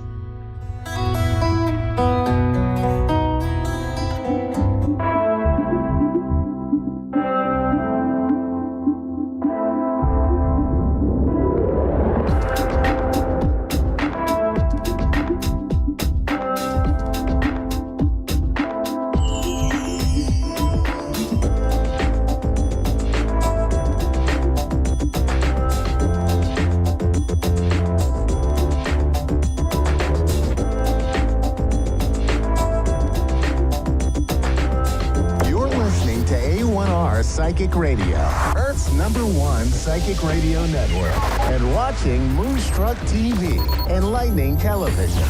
Welcome. Time for Spiritual Connections with Psychic Medium Cindy. Psychic Medium Cindy. Live from Facebook.com/Psychic Cindy. Connect direct. In North America, dial 888-454-2751. In London, 20-3519-2158. In Sydney, dial 02-8488-3147. Or online, contact us through our Facebook page.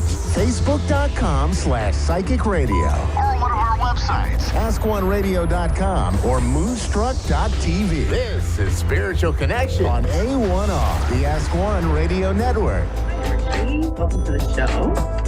So happy to be here tonight, as always. And, like so many weeks I talk about like full moons and new moons and all of that stuff. And tonight, is actually one. I'm actually here on the day of the full moon in Sagittarius tonight. So, what do we have to know about this full moon? Well, it's a beautiful moon. It's also called the flower moon, or last full moon of spring. Definitely a good time to consider decluttering, getting rid of things that you don't need, because it really is about releasing those things so those new beginnings can come in, because that's what we've been asking for. That's what we've wanted. And this is our opportunity to do that. So, all full moons, you've probably been feeling a little bit emotional the last few days, feeling a little tired. Intuition quite high though, which is a bonus for this full moon. It really is a beautiful moon for also getting rid of money blocks, relationship blocks, career blocks. If you feel kind of stuck in those areas, maybe write down those blocks and ask this full moon of Sagittarius to take it away. And really just breathe in, breathe out. It's going to be over. I would say by tomorrow night, by Saturday for sure, you'll be feeling a lot better. And just, always remember that the universe is always working with us. They always want the best for us. Our spirit guides and our ancestors, they never work against us, but there is a lot of lessons to learn here on Earth, which makes it kind of a hard place to live, at times.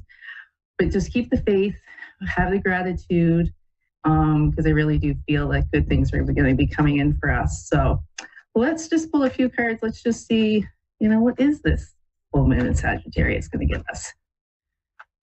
Something wonderful.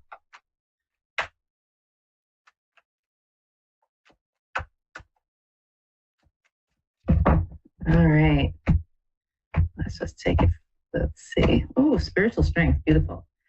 All right, so I'm picking a beautiful cards here. So the first card I have for us is the spiritual strength card, which is really funny because I just said that the universe is always with us. Those are our spirit guides, our beautiful ancestors, everybody that is out looking for us, looking out after us. And that's exactly the card that comes out. Just a reminder that we're never alone. We always have people on the other side that we can ask for help, okay?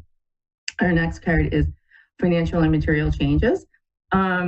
Sometimes people look at this as a lost card. I really have focused on the green color in this card tonight. So for me, that would mean that we're going to have some abundance or some good changes in our finances.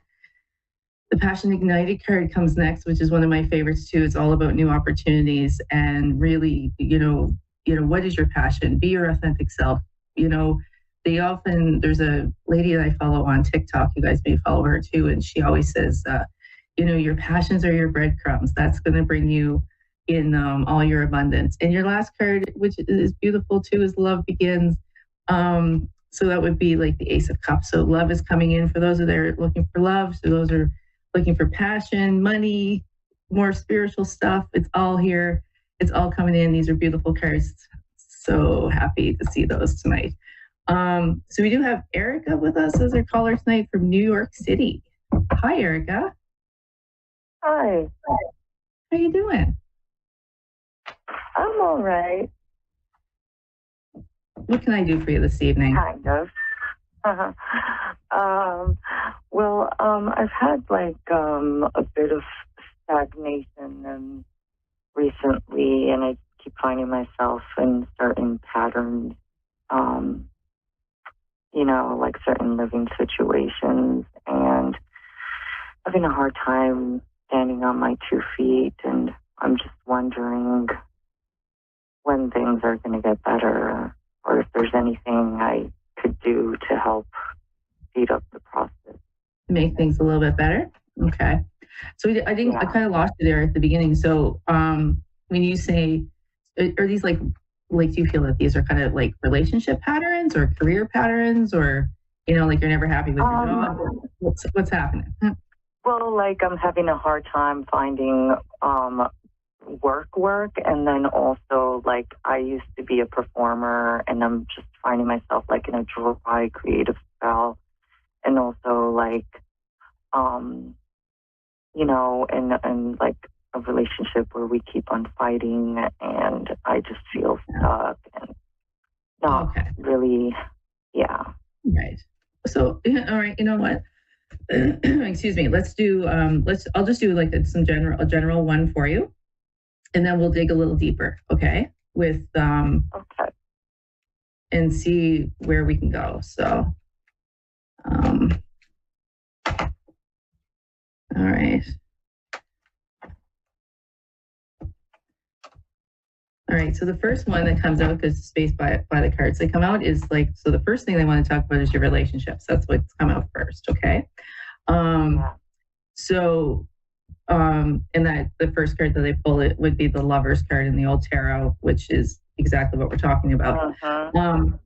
So, and it's really interesting because the obstacle with this particular spread for you is the Wisdom card, which would be the heart, which is the Hierophant. But it's also a number 5 card, and number 5 is all about change. And I think that's probably the problem in the relationship is the changes or the lack of changes. Like you're having a hard time getting a job, you're not able to express your creative self, you know, which of course is going to cause tension in your home life and in your right, in your relationship, because you're out of whack, right? You're not your normal self. So when it comes to guidance from the universe, they're saying, okay, you got to remember partnership and alliances here. Okay. So it's a number 3 card. The seeds have been planted, right? So, you know, reach out to friends, reach out to partners, old people, you know, old partners that you used to work with, you know what I mean, in the business, if that's what you need to do. Or, you know, somebody you know who's like works at a place you may want to work at. So like really reach out to people, because they would never say that if they didn't want you to. That means the seeds have been planted for you. So what you want to focus on too, even though this is your relationship, and also maybe, you know, your partner can help you, right? But I want you to focus on you have the Love Begins card for the focus, which is funny because you just pulled that card. And I think that's what they want you to focus on. Kind of remember, you know, on this card, there's actually a rainbow, which is like the good after the bad, right? And there's 2 hands that are like holding a cup. And it's just, you know, focus on the fact, okay, you know what? We've gone through hard times, we're having hard times, but things are going to get better. Because I think in the end,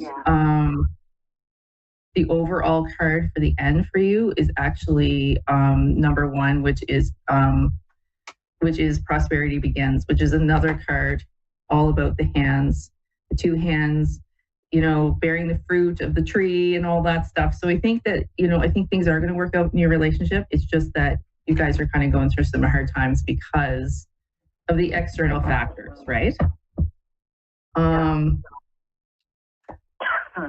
So reach out to people because they, you know, and be honest with your partner. Like, you know what I mean? You know, be honest and say, like, you know, I'm really going through hard times here, and I don't mean to take it out on you, but this is just how I feel, and this is, you know, affecting us, and we, you know, need your support. Right. Okay, so let's try to see what's going to happen with your career. See what's going to happen with that. Okay, interesting. Okay, so the first card that I pull for you for your career is actually the Waiting Game. And that's exactly what you're going through. Number 2, it is number 2 card, which is all about choices and decisions that you have to make. And I know that you've been waiting because you're waiting to find the right thing for you, right? The right fit for you. The beautiful thing about this card is that you are like, it's always like, it's worth the wait, you know, like it's one of those cards that it's like, okay, it really, the wait really sucks, but when it comes, it's going to be like really good. So the obstacle that you have in this particular spread is the hope card. And the hope card is all about abundance. And basically with this card in this spot, the universe is saying you're losing hope, right? You're losing the trust. Yeah.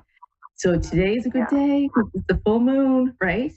Like write out those blocks, right? Write out those blocks, like the relationship, the career, right? Just write them out. Because the advice from the universe is, again, another number 2 is movement, choices, and decisions. So choices are coming in for you, right? And it's going to be more than one, and you're going to have to make a decision on what you're going to do.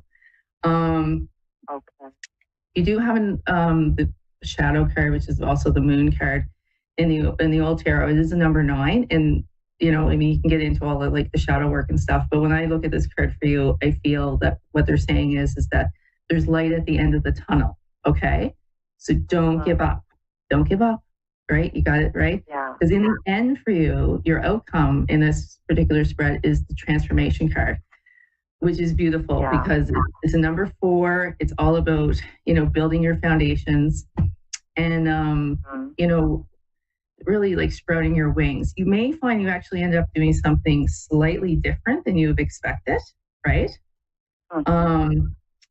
So I just pulled another card just to kind of clarify that, and you have the Magician, which is awareness in this deck, which is the number 1, which is all about new opportunities, and it's all about you, yet again manifesting what you want. I think it's going to be interesting for you because you do have a fair amount of choices coming in, at least 2 anyway, if not more. And the thing that comes in that you're going to be I don't even know how to do that. Doesn't even look right to me. That's probably going to be the one. Okay. So interesting. It is interesting. Overall, it's going to work for you. Just have patience and trust the universe. Okay. Because you're losing that hope. They're recognizing that. Okay. I am, and in all honesty, a lot of it also has to do with the way things have been going in my relationship because there's just been several instances that I would get a gig and then my boyfriend would become jealous and not want me to do it. So that's why also I've been feeling stuck because it's just a lot of contradicting words and actions. Right. Yeah. Well, you know what? Try to have a conversation about that. I do have to go. I only have a few seconds left, but try to talk to him about that and see if you can work it out. But you have to do what's best for you. You have to do what's best for you in the end. All right? Yeah. All right. Thanks, Erica, for calling in. And good luck with everything. All right. Okay. Bye, everybody. Have a great night. Happy full moon in Sagittarius. Remember, get those declutter, get those clearings out, get those blocks out, and have a great one. We'll see you next. Some of you I'll see next time. Some of you will hear me next time. All right. Bye-bye.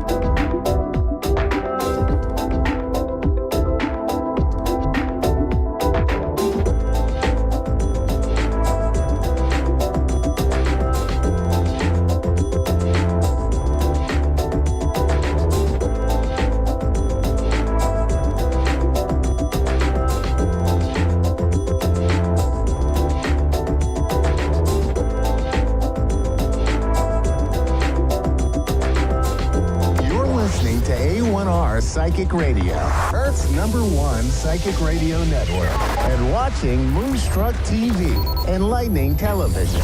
Welcome. Time for Bernice Bisson, Psychic Media. Bernice Bisson, live from BerniceBissonPsychic.com. Connect direct. In North America, dial 888-454-2751. In London, 20-3519-2158. In Sydney, dial 02-8488-3147.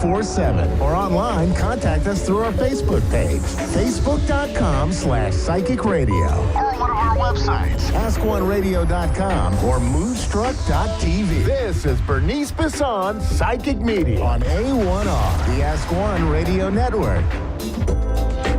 Welcome. It's Psychic Tuesday, and I'm your guide, Bernice Bisson. And let's start at the top with all 12 signs. Now, these messages are based on whole house astrology. Each of the messages are for your sun, moon, or rising. And again, you can find full readings with me by going to BerniceBissonPsychic.com. So let's get into it. I'm going to start today with Aries, top of the moon for Aries. And this is about a successful time for Aries. This is about Aries being shown the truth of their situation, opportunities, any obstacles, things coming up. And you're going to be aligned in a really good position to be able to move forward on some things you might have had bubbling or that have come to your attention over the last few weeks. And certainly between now and October, closer to October, that time of Libra, when you get your full moon, you're going to be able to culminate some of the opportunities that have been popping up for you. But right now, this is a time to keep your eyes open for new pathways, new jobs, new endeavors, new friends, new places, new restaurants, because I just feel like they're all leading you into a totally new road in your life. And so there's some pretty exciting stuff there. Okay. And then I go to my little Tauruses. Boy, you guys have been a hardy bunch with all this Uranus energy along with half the solar system in your sign. So it's been a bit of a challenge, but your big kudos are going to really come around your employment. It's going to come around things you've been working on. That can include your physical health, your weight, your physical health, your strength, anything that you work on there is really going to come around for you in a big way. And same with opportunities around earnings, work, jobs, places that you can earn income, places that money come in, that this could be a good place for you to sort a few things out and really work on finances and your health over this next 7 days. All right, there, Tauruses. Let's keep going. We've got Geminis. Boy, oh boy, with the transit of Jupiter to your sign, this is going to be a time of expansion. And there's also an alignment with Pluto in Aquarius, and it really has a whole bunch of air energy around it. And so there's some big stuff going on there for you air signs, but for Gemini, you also have Jupiter coming into your sign and really expanding out the next 12 months. And you're in charge of Mercury, communications. And so when Mercury and Jupiter and the sun and your new moon all sort of align in your sign, Gemini, it is a big launch of the next year and a half of things that around your identity, around you could be pivoting, you could be switching into a paradigm shift, how you dress, how you look, how you present yourself, how you talk, how you come out in the world, could be a big theme. And you could be in a place right now feeling a bit of uncertainty because anytime we're in a pivotal shift, there's something that kicks us off the ledge.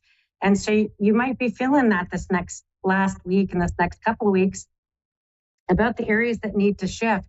And that this whole theme over the year for you is going to be about your true authentic self and the identity as Gemini and what that means for you in terms of how you dress, how you present yourself, how you speak, the type of circles you run with, all those kinds of things. So there's big changes there for you and really a lot of enlightening. So it feels really good because I feel like with this Pluto energy, any shifts or revolutions that are coming are in our greater good. Okay, Gems? Okay, Cancerians, my little crabs. And so this is a time to get your gardens in. This is a time to domesticate, to clean out those closets, clean out your houses, really lightening your load for the summer. You want freedom over the summer. You might be working towards holiday time, freedom time, trying to initiate some balance in your life, maybe some times to get away from people, places, and work, and find some harmonic home time or harmonic time. But getting your house in order, getting things organized, really putting some love into your home, and making it what you need. And that could be as simple as cleaning closets and things like that. So that's going to be a big piece. That there could be stuff around men in your life, endings with men, changes with men, relationships and men. So something around that could be changing with the divine masculine as well with you, and phasing something out. Leos. Oh, my lovely Leos. And so I feel like this is also for, if I think about Leos, the divine divine feminine. The moon cycles impacted you quite a bit. Feeling very emotional over maybe parents, families, parents, partners, in-laws, elderly, people older than you, bosses, authority figures. Those are all things that could come up for you as having to really find some compassion and maybe deal with some difficulties with, or things that have been challenges in the past that you might have to really come to some sort of conclusion with this. And this is could be women figures, women bosses, women in powerful positions around you, or women that could come up as elderly around you and their care and their concern. And so there could be things that come up around you there, and having to fulfill obligations. So any promises you made, Leo, you're going to have to follow through. And even if you made them 6 months ago, we're like, oh yeah, we'll go golfing and have lunch, and you got to do it. Got to phone that friend and get that out of the way. Because I feel like people could be a bit sensitive if you don't follow through on some promises. Okay, Leo. Then I go to Virgos. Oh, my lovely Virgos. You know, boy, you guys have been hanging in there, and you're like, when is my turn? When is going to be my turn to be successful? I really help a lot of people. I'm always in service to people. When is it my turn? Well, I want to say that there is some maybe good offers, opportunities, lucky clients, lucky contracts, lucky job things that you have opportunities to really pick up the pace and increase your money, your finances, your income, your working. And this is going to come through your day-to-day work, people, your networks, how you relate to people, how you network and things that you belong to. And you're going to wind up really benefiting by, hey, maybe you get clicked into some new friends or new people, and they all need your product. They need what you have. They're good connections, good startups. So a little bit of follow through with new connections and startups, and maybe new leads will be really quite good for you. And this and over the next 6 months even, but really picking up pace into June for you guys. Then I go to Libras. Oh, my lovely Libra, you're another one of those air signs that are really going to benefit from this transit over the next 7 to 10 days. And again, this has a long-term impact. This isn't some short-term impact for anybody. And so for Libras, it's really going to show up in your boundaries, in relationships, how you treated people in the past, friends, lovers, partners. There's something really what's being owed is being paid, what's due is being paid. Opportunities could come through current or past lovers or friends or groups and people that you had social circles with. And so you could have ample boundaries that you've had to put in recently. And maybe it's something that could still be topic of conversation around strong boundaries with people. What does Libra need? I guess that's going to be the question for you, Libras, is what do you need? And not putting yourself second to some of those needs is really putting yourself first. And so that's going to come up for you in many, many ways.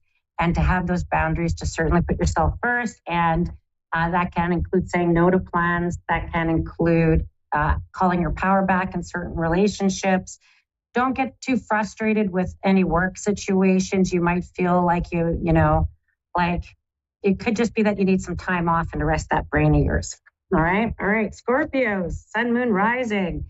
Oh my gosh, Scorpio, this is really going to show up in real estate in some way. And it could be leases, apartments, things that you rent. That can include large equipment, your property. That could be camping sites. That could be hotels that you've had travel plans for. There could be some real opportunities or breakthroughs coming through for you in terms of maybe places you get lucky to stay at a certain place. You get lucky with a home deal. You get lucky with a land deal. You get lucky with a rental. There's something really good around your home base, things that can include mortgages, long-term lines of credit, that you're able to really negotiate some new terms, really work something out there to your benefit, because it might have been a bit of a sting this last little while, and now you're going to be able to really get it on top of something to do with that. All right, Sagittarians. Oh my gosh, Sagittarians, this is really about your future calling. Where are you being called to the future and commitments? That you could be on the precipice of some major changes in terms of work, locations, family structures, like some pretty major life changes. You could even be thinking about introducing new knowledge, new education, new learning environments, new jobs where there's a serious learning curve or learning environment. This could be around your kids' schools as well. So there's going to be lots going on around that for you over the next 7 to 10 days. And really looking at the operations of and logistics of your home base. Does it work for where you're living? Does where you're living work for you for work, for commuting, for community? There could be just some questions around that as well. And you could even be thinking about properties in other communities. Like maybe you're like, I need a trailer at the lake. Like that could even come up for you as well. To rent it even just to get away. So you could be thinking of places to get away as well, which feels really nice over the summer. Capricorns. Okay, relationships. If you're single, this is a good time for Capricorn to really meet someone, kind of exciting. If you're a Capricorn who's kind of focused on your value and money, you could get a raise, you could be rewarded, you could have some lucky little wins. You could, drop a loonie in a VLT and win a little bit of money. You could have just good luck with some repayments of things. You could be flirted with and have people coming out of the woodworks to get your attention. And so Capricorns, you're a little bit of the belle of the ball, and maybe feeling some nice energy. You're going to make if there's been power struggles in your relationships, whether they're romantic or not, you could be making some decisions about people and how much you're willing to put in or work it out. Okay. Then we get to Aquarius. And now you are part of this trine that's going on with air signs inclusive of your own. And I feel like this is, this is a new time for you guys in Aquarius, new opportunities, new purpose. It could be new roles, new jobs. You're being called into new circles and new groups. You have sort of new environments coming in around you that are unfamiliar. That could be make you a bit anxious, but no, I feel like the newness is what's going to make you really excited and make you feel like you're going to be able to move into a new shift in your life, because you really, as we dawn on the stage of Aquarius, you might find your power comes through, and it could come through technology, aiding you and abetting you in different ways and helping you in big ways. Pisces, so much spiritual stuff going on. You might have felt a bit of a time warp, or like you jumped timelines, and you could be feeling lots of synchronicities, powerful dreams, karmic conclusions, karmic people, things, all these signs and symbols coming in for you in really strong ways, Pisces, because I feel like you've got some strong presence with Neptune and Saturn. And Saturn really, as it starts to sort of go retrograde and slow itself down, loosening structures, you're able to really go back into your psyche, the psychic, your mental health, your spiritual health, really checking in. This would be a great time for retreats, therapies, art, new clothes, like new fashions, trying on new outfits, and maybe even just beautifying your surroundings simply, not major renovations, but just like new fluffy pillows, and really finding everyday pleasures in beauty and value.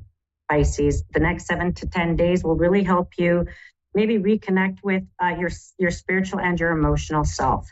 And like I said, karma's due where karma's due. You could see that you come out on top of that, and that having maybe felt sort of isolated, you can now maybe feel seen. And so that's pretty good stuff. All right, thank you. You can find me at BerniceBissonPsychic.com. And I was going to put out a video today, but I ran out of time. I usually do a collective reading. I'm going to do it tomorrow. So thank you for being patient. I'm going to release it tomorrow only because I've started to run out of time for the day to do the video. But I will start it up tomorrow. And you can check in weekly, certainly, for this show and for the collective reading. Now let's get to, we have Marilinda in South Dakota. Hello. Marilinda? How are you? Hello. My name is Bernice. Yeah, I can hear you. My name is Bernice. I'm here to be in service to you. How can I help you today? Just seeing where my life's going to go. Okay, that's a great question. May I just ask, what's the day and month of your birthday? October 1967.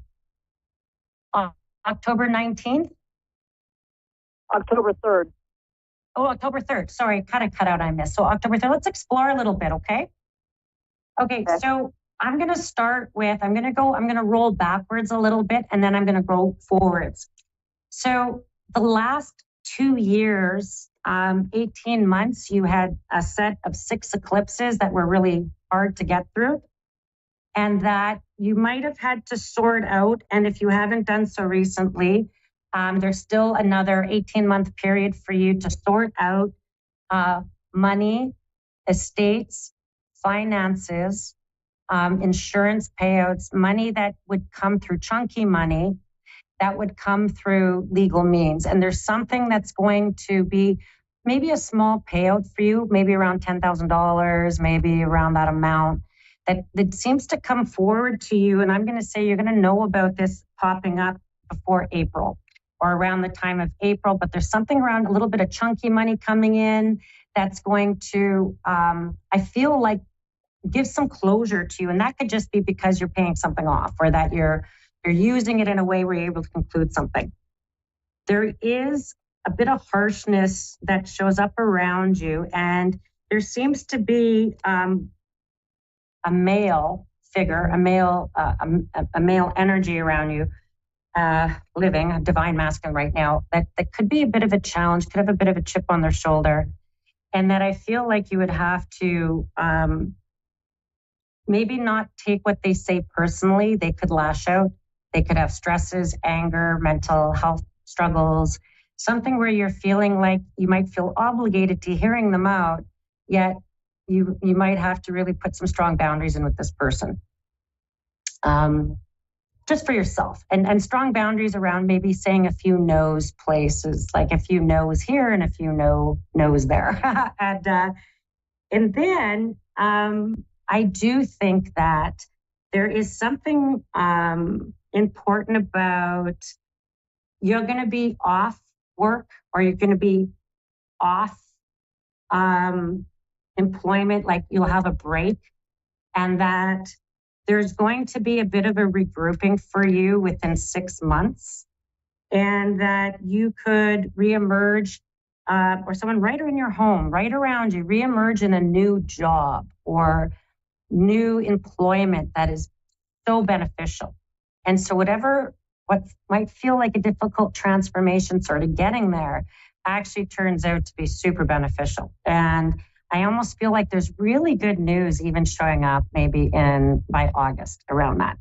And then I get, there is some travel for you that I feel like, or someone right in your home, that could lead you to a mountainous coastline, like the West Coast, or what I would see as a Pacific coast.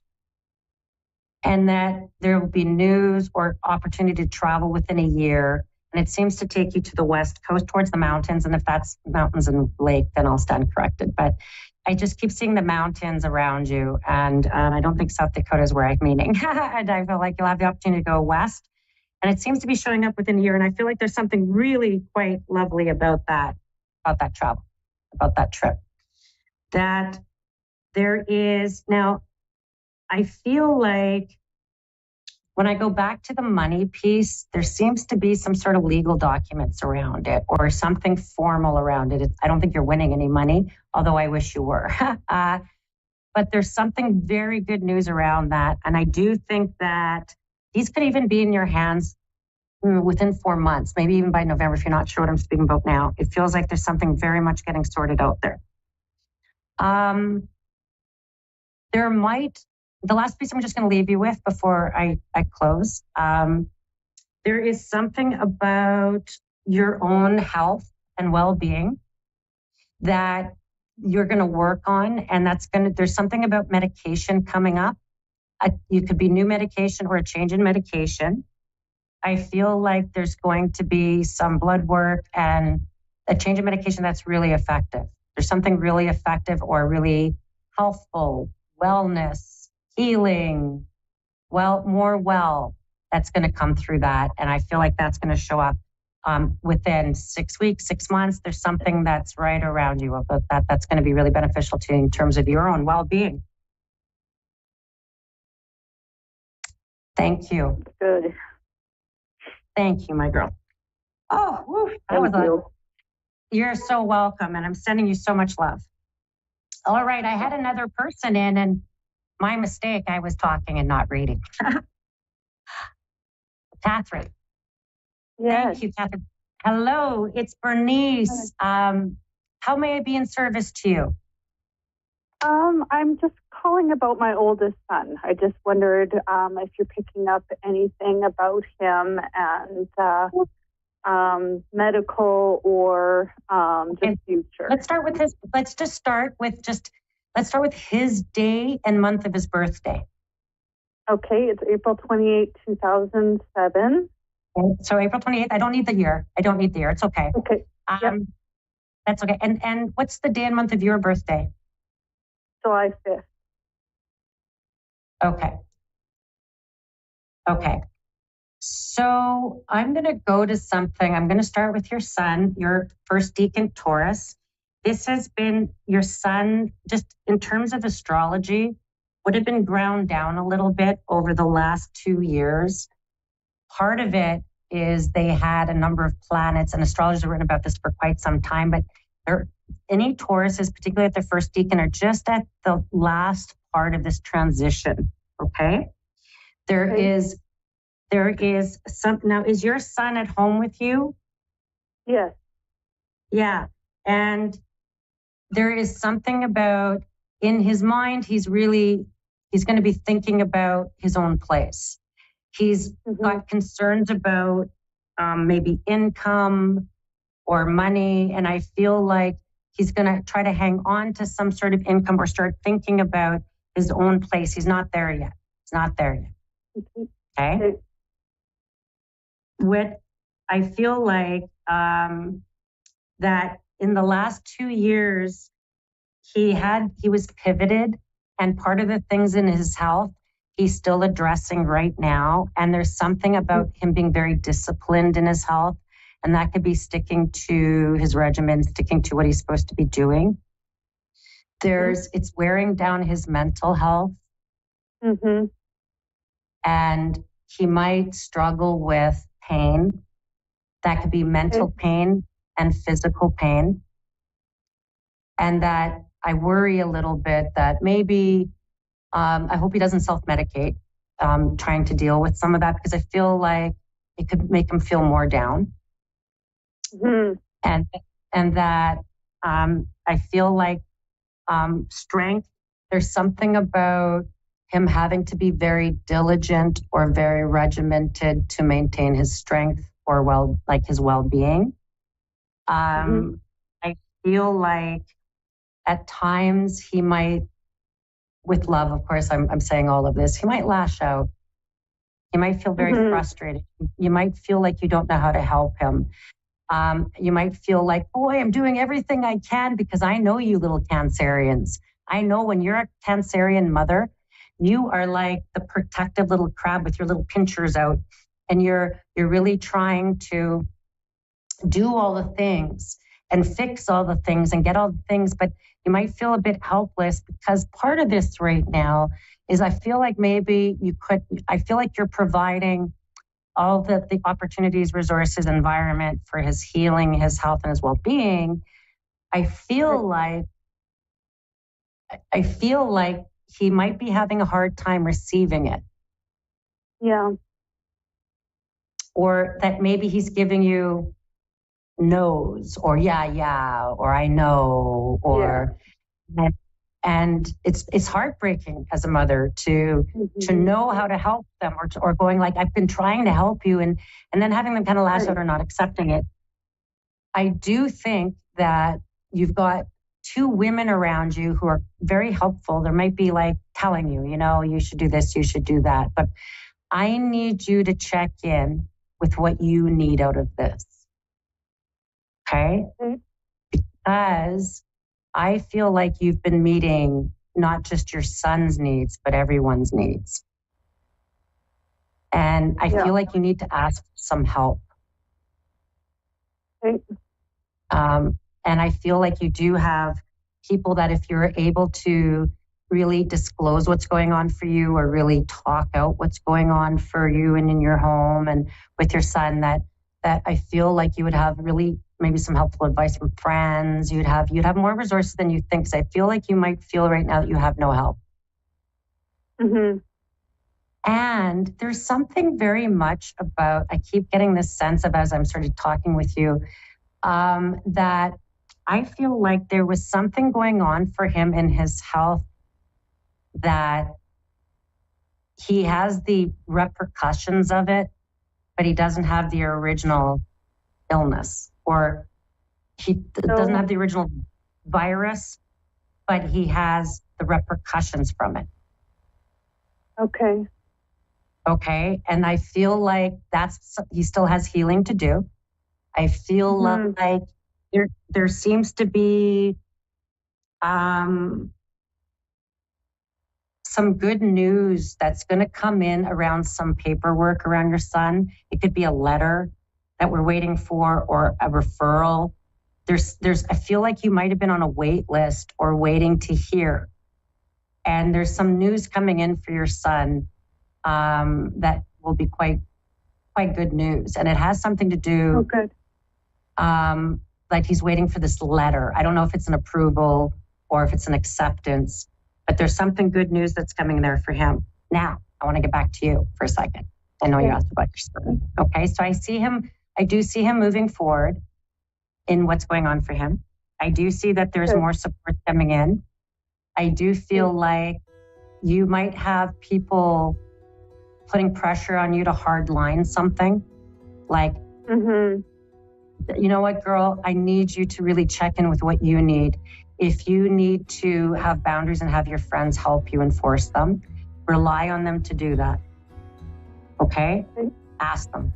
Because I feel like you're at this moment, and I feel like there's something about you have a bunch of guilt with your son. Your son loves you. Your son needs you.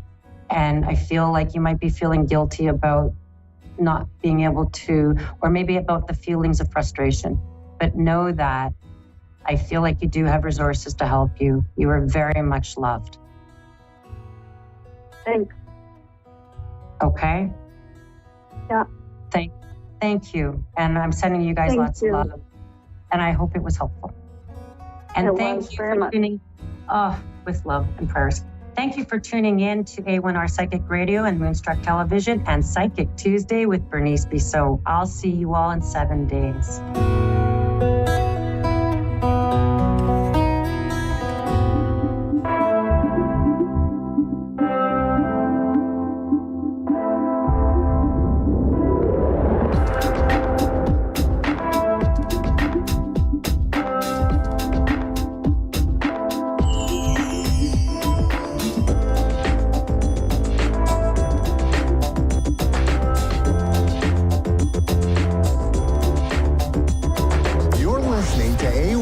Psychic Radio, Earth's #1 psychic radio network, and watching Moonstruck TV, Enlightening Television.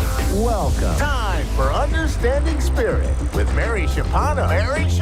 Live from MaryVCircles.com. Connect direct. In North America, dial 888-454-2751. In London, 20-3519-2158. In Sydney, dial 02-8488-3 888-314-3147. Or online, contact us through our Facebook page, facebook.com/Psychic Radio. Or one of our websites, askoneradio.com or moonstruck.tv. This is Understanding Spirit on A1R, the Ask One Radio Network.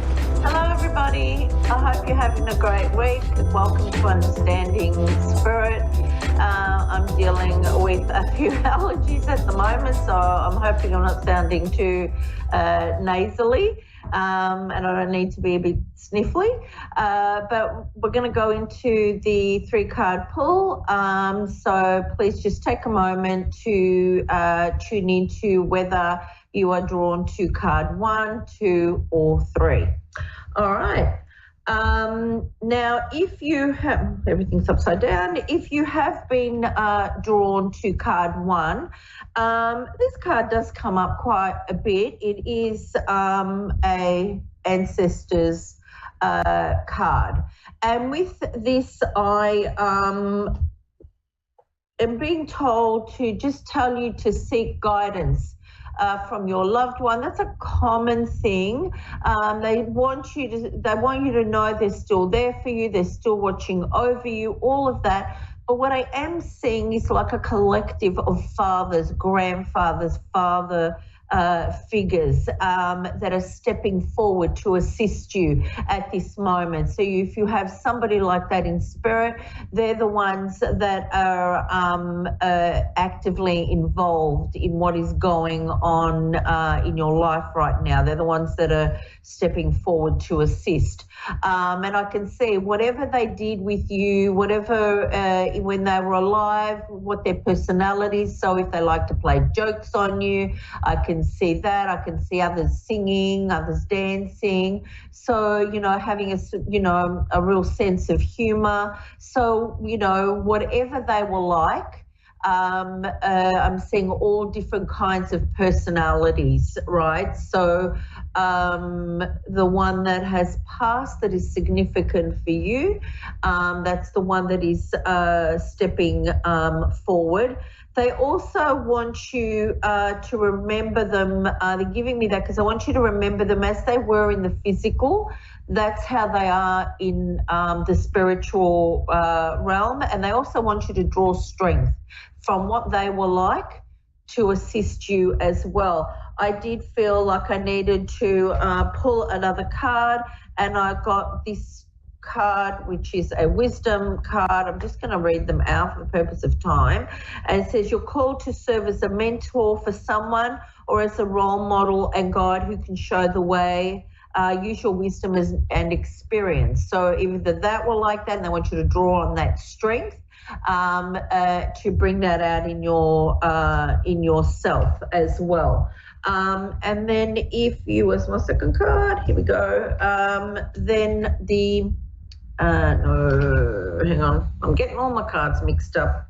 This is my second card, thought and vibrations, right? And, we know as we think, that's what we are. And I just feel with this card, if you've picked this card, you need to change your mindset about things. You need to allow other people to come into your life that will give you new ideas, new opportunities. I keep hearing listen and learn, use your discernment and allow yourself to be guided to a happy place and, a happier life, and just to allow happiness and inner peace to come back into your thoughts.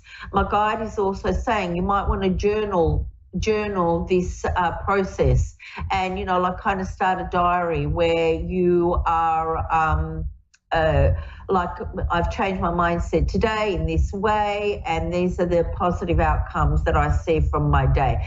And to look back on it after 3 months, not any sooner, because every day you can obsess, and you can see a greater difference if you look back after a certain amount of time. The card that I got with that was a strategy card, and again I'll read this out. It says you need a step-by-step plan, of attack to reach the next level. Get the advice of someone who is already where you want to go, which lines up with the message from Spirit as well.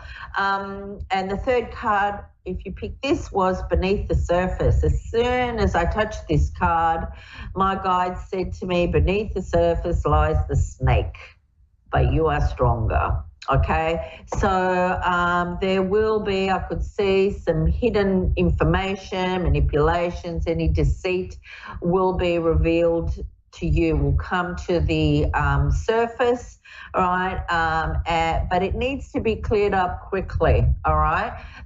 If that does not resonate with you, the other side of this card is that you need to face things. At the moment, you're kind of like not wanting to deal with certain situations, and it's time that you actually need to do that. And just listen to your intuition. Don't go around being suspicious that everyone you speak to, everyone that says something is the snake. All right, you know, just it will unfold. You'll find out soon enough who it is. The card that I got with this was the protection card. And it says you're being protected from deceit and from situations that no longer serve you. Lie low for a while and you'll be shown the truth. Okay, so that lines up with the message from Spirit as well. Okay, now I have my caller. Tampa, are you there? Lisa, oh, sorry. Lisa. Yes, I'm here. Doing all what I'm saying. I'm sorry, Lisa. I don't know why I got that. Oh, that's fine. Thank you so much for taking my call. I really appreciate it. How are you? I'm actually doing great tonight. How are you? I'm good, thank you. Aside from my allergies, I'm doing very well. How can I help you today? Okay, so my sister is playing a lot of really dirty games. She's a lawyer, and she's settling my father's estate. He just passed in September. And I just want to know, like, I'm actually going to have to get an attorney and sue her, and it's really a mess. And I know you can't give legal advice, but, like, what do you feel about the situation? Is your father in the physical or is he passed? My father passed away, yeah. Yeah, okay. Because I do have a male spirit here. And I will describe this male spirit and you can tell me if this is your father, okay?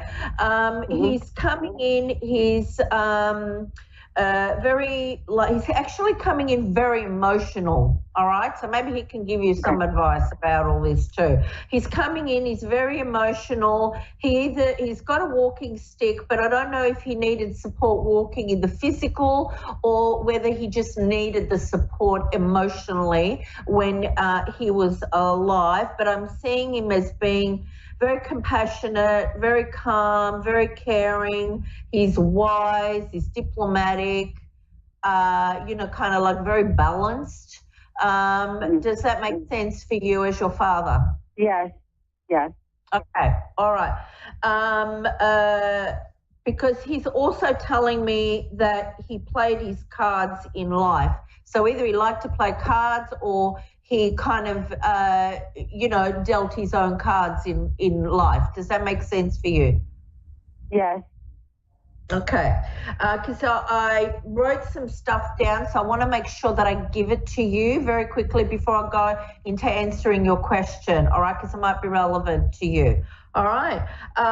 Yes. I've written down here that he was saying to me to tell you to take care of yourself and that you're not taking care of yourself enough. All right. That's true. That is is that correct? Yes, that's true. Because I'm under so much stress from, the illegal activities that are going on around me, and I'm trying to fight for my life over here. I'm fighting for my life. Yeah, I can see that. And he's saying be optimistic during this time, and he's also saying that he's worried about you. All right. Oh. Yeah. And he's also saying, he told me to write this down, right? And he said, please forgive me, I wasn't there. Does that make sense for you? Yes.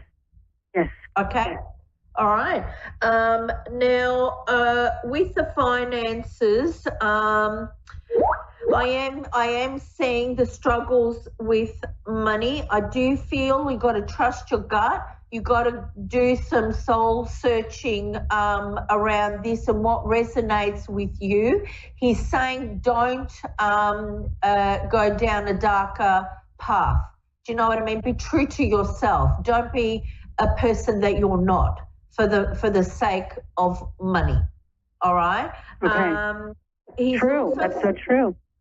Yeah, he's saying there will be a transition into calmer sort of waters. This will pass for you, all right? I do see an ending to the backstabbing and the betrayal and the enemies, and there's bitching and bad-mouthing and bitterness around you, right? Yes, it's bad. It's bad.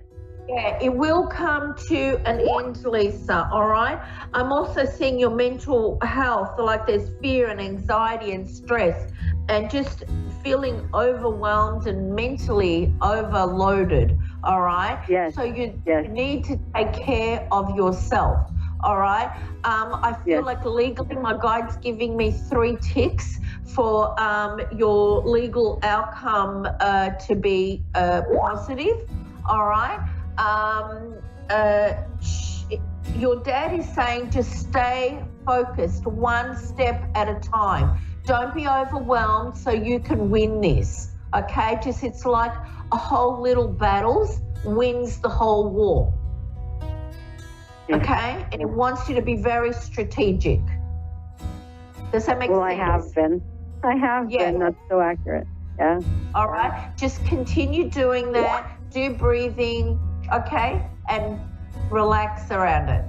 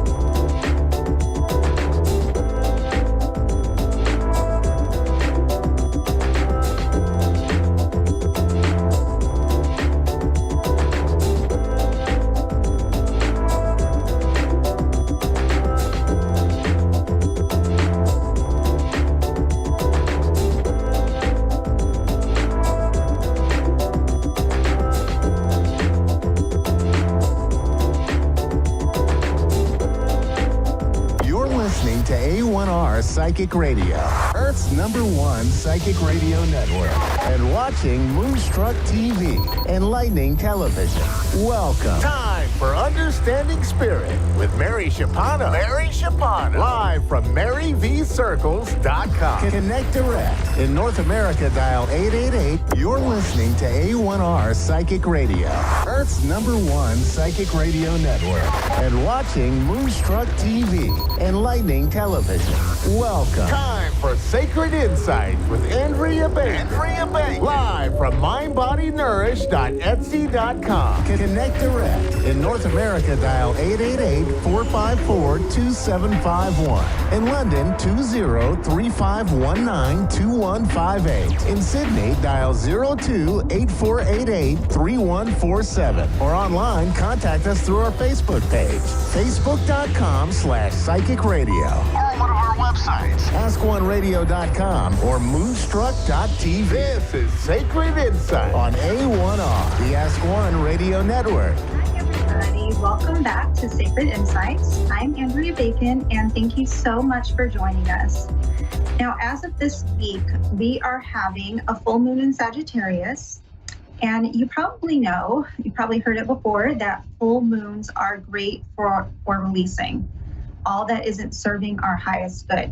So it's a good time to do a check-in and see what is not authentic to you that you could be carrying around or that you might want or need to let go of this week. You know, Sagittarius is optimistic, it's adventurous, loves to travel, is upbeat, and is fun. And definitely those are great ways to be in alignment. And we can fall in and out of alignment. You know, that's fine. That's normal, off and on throughout the day, throughout the week. But as we navigate our energetic trajectory at any given moment, you know, we can see what, if anything, might come up that is not in alignment with that energy of being optimistic and fun-loving and the adventurous energy of Sagittarius. Now, I pulled a card over here. Okay, so we have surrender to inner peace. Cultivate inner peace on a daily basis, navigating our emotions, our feelings, and our energy is a part of daily life. So in quiet meditative moments, focus on the stillness within and enjoy this inner refuge. Others will feel your good vibes too, and life will flow more easily. I love this affirmation that good things come to me frequently and easily. Sometimes I'll repeat that just as like a little mindset check-in, a little mindset shift. And also another one is I'm open to receiving all of the good the universe has for me. And believe it or not, it actually does shift the energy. It does allow things to flow. I've done it time and time again and have definitely noticed a difference when I do. So that's something to keep in mind too. But in these meditative moments, focus on the stillness within, okay? And you will have this, if you have this habit of people pleasing, is also something that came up when I was pulling. This is a good way to kind of release that. So, okay, we are going to take a caller. We have Evelyn. Yes. Hi. Hello. How are you? I'm well, thank you. Okay, sorry, I just turned up my volume so I could hear a little better. How can I help you? Well, I hadn't been on Facebook for a long time, and I just happened to go in now, and I saw the call, so I feel let me put in my name. Yeah, basically, I have a sadness. I lost my son about a year and 4 months ago. Yeah, so So anything that can come up, I would really appreciate it. Also having been able to see his babies, my granddaughters. Mm-hmm. It's very difficult. Yeah, I can only imagine. Yeah, it's really devastating. I'm going to tune in and see what I can pick up for you, okay? Okay, thank you so much. So just give me a moment. Sure.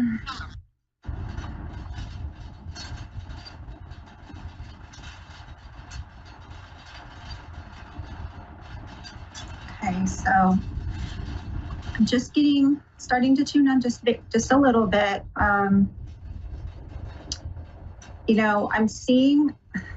trying to interpret what I'm seeing. So I'm seeing somebody right now in pure white light with a hand on the heart. Okay, so I'm seeing a hand on the heart of love. I'm seeing a heartbeat, like energy from the heart that is very pure. So I would take this to mean that he has a very pure heart, and he always had this like innocent, loving nature about him. Yes. Yeah, that's him. So I'm picking more up on messages about, and you said he has children? Yeah, two little girls, twins, very young, only 3-year-old. Okay, let me see what I'm getting about that.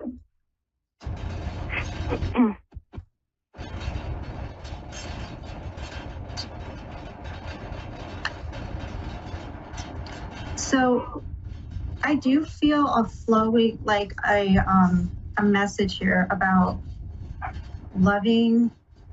a flowing and loving connection, okay, with you and his child. Send this child loving thoughts of connection so that when the time comes, it will set up the energy for that. Does that make sense? Do you know what I mean? Like, be sending them. Yeah.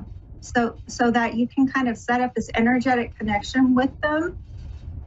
Okay. And then, like, even with the parent, the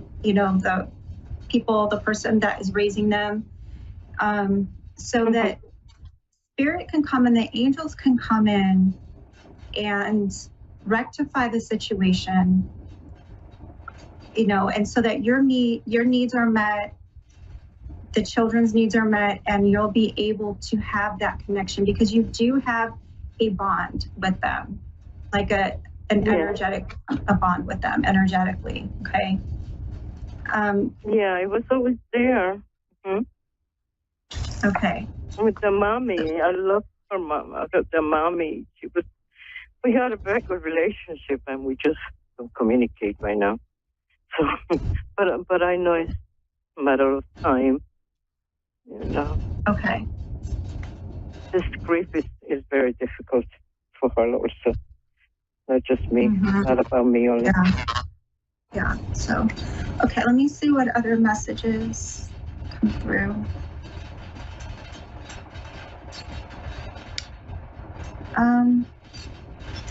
So I don't know if he was quiet, but I'm picking up on somebody that would say something like fun loving, but then kind of like go a little quiet about it. Like a good sense of humor, but at the same time, and then just be quiet right afterwards. So he'll like make a little joke or make some, a real loving gesture, but then back away from So small talk was not much of a thing with him.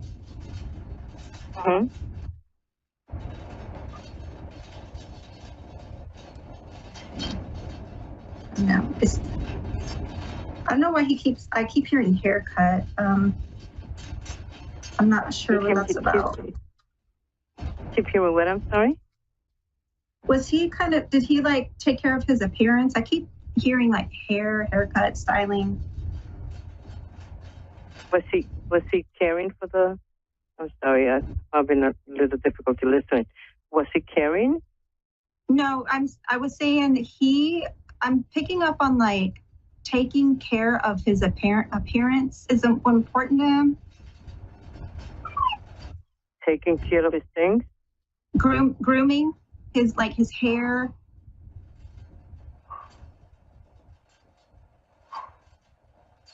I'm sorry, can you hear me? I hear you, but I don't quite understand. Taking care of something. His appearance. His appearance? Yeah. Did he take care of his appearance? He gives me the feeling that he enjoyed doing that. Yeah, he was funny about it. We joke about it. We say, well, you know that I'm the best looking of the two brothers. You know, your two sons, that kind of thing. Yeah. Yeah. You know, he would make a joke out of it. Oh, okay. Great.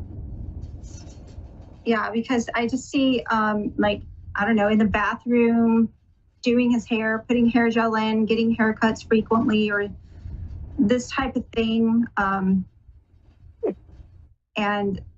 he was very humble, very down to earth. He just, you know, it was like a joke in a sense. But he was not presumptuous or, you know, caring because of his looks. He was very humble, very down to earth. But he would joke with me. Yeah, would joke about his hair and about, you know, his appearance. And he'd say, you know, I'm the best looking one, and that kind of thing. Okay, so that's just, what he is. Okay, that's what he a meant. Really wonderful human being. Yeah. Yeah. He was really very young. Mm-hmm. Yeah. I don't know. I just get this earth angel feeling from him, very sensitive, and you know, like not. He was gifted. Yeah. Yeah. So he wasn't like a huge talker. No, he was really gifted in so many ways. He was a seer also, and a healer, and he just came naturally since he was a child. Yeah. Yeah. He was. Yeah, that gift. Yeah, and it was just so unexpected. Nobody expected. I'm so sorry. Yeah. Let me see. The medical examiner said that it was the heart. Yeah. He had a strong spiritual connection. Like he had abilities to. He may not have grown into them, but he had a spiritual abilities. You know, intuitive. Yes. Yeah. Yeah. Yeah. Because of that pure heart, he had that really loving heart. So. But I will go ahead and leave you with that for now. If you want to reach out to me and email me at andrea.bacon444@gmail.com, I can see if anything else comes through and send you the rest because we're a little short for time for a full reading. But otherwise, I will leave you with that, and you're welcome to email me. But thank you so much for. It's andrea.bacon444@gmail.com. Okay, I'll look into it. Thank you so much. Thank you. Thank you. All right, thanks so much. And thank you for joining us this week. And I hope you have a wonderful week. My Stan store is stan.store/mediumandrea to book any readings with me. Thank you. Bye.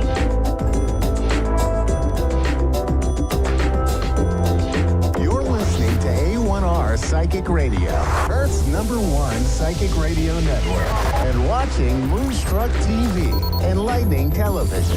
Welcome. Time for Maria Leggett's Medium Show with Maria Leggett. Live from MariaLeggett.com. Connect direct. In North America, dial 888-454-2751. In London, 20-3519-2158. In Sydney, dial 02-8488-3147. Or online, contact us through our Facebook page, facebook.com/psychic radio. Or one of our websites, AskOneRadio.com or Moonstruck.tv. This is Maria Leggett's Medium Show on A1R, the Ask One Radio Network. Good afternoon, everybody. Welcome to my Tuesday afternoon show. I am so happy to have all of you here. It has been a really crazy last week for me. I have a spiritual retreat coming up, and it starts tomorrow. The first guest arrives tomorrow, and the other guests will arrive Thursday and Friday, and I'm super excited. I'm holding it at my house, and we're going to do some amazing stuff there. My 2-year graduating students from my mediumship program, and we're going to have an amazing time. I'm really looking forward to spending time with these women. I have a beautiful 30-foot circle in my backyard because we have 13 acres here in the Dayton area. And we're just going to have such an amazing time being able to sit and talk to spirit and connect with them. And this is their graduation weekend. So this is the pinnacle of everything that they've been working for. They will be receiving certificates to be certificates for their graduation that show that they have done everything that they needed to do to work professionally as a medium. And so I'm super excited for all of this. One of the things that we're doing is on Saturday, so if you're in the Dayton area, on Saturday at Temple of the Rebel Goddess, I am doing a how to make your own ancestral oracle deck. And this is going to be with your ancestors to teach you how you can start talking to and working with your ancestors. And the easiest way to do it is to make copies of pictures. Don't use any of the originals, of course. You can do it almost like scrapbooking, and you can also do it where they're online, and I'm teaching both methods. The easiest way to do it is on Canva. You can do it with a free account because you're using your own pictures. You don't have to worry about paying for the account, which is one of the things that I love about Canva. So you can go to templeoftherebelgoddess.com and look that up and join the class if you're in the Dayton area. So I'm super excited for all of you to be here. And so today we are going to welcome Loretta. Hi, Loretta. How are you? Hi, how are you? I'm good. How are you? How are things? How's your grandbaby? It's still iffy. It's still up in the air, I guess. Okay. What I would call it. All righty. So what can I help you with today, my friend? You can give me a little bit of input on what you feel about that, and then just whatever you feel.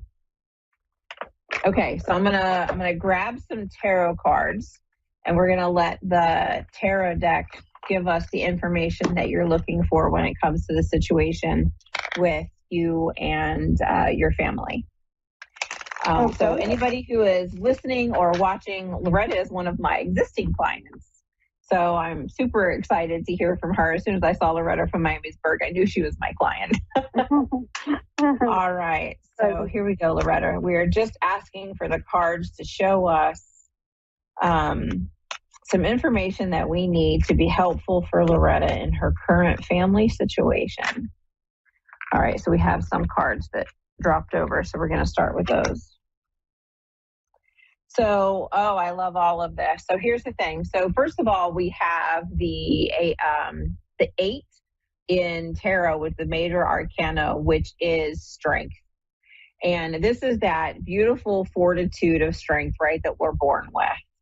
And I love that it's a female with a lion, because this is not physical brute strength. This is that feminine wherewithal for I can get through anything.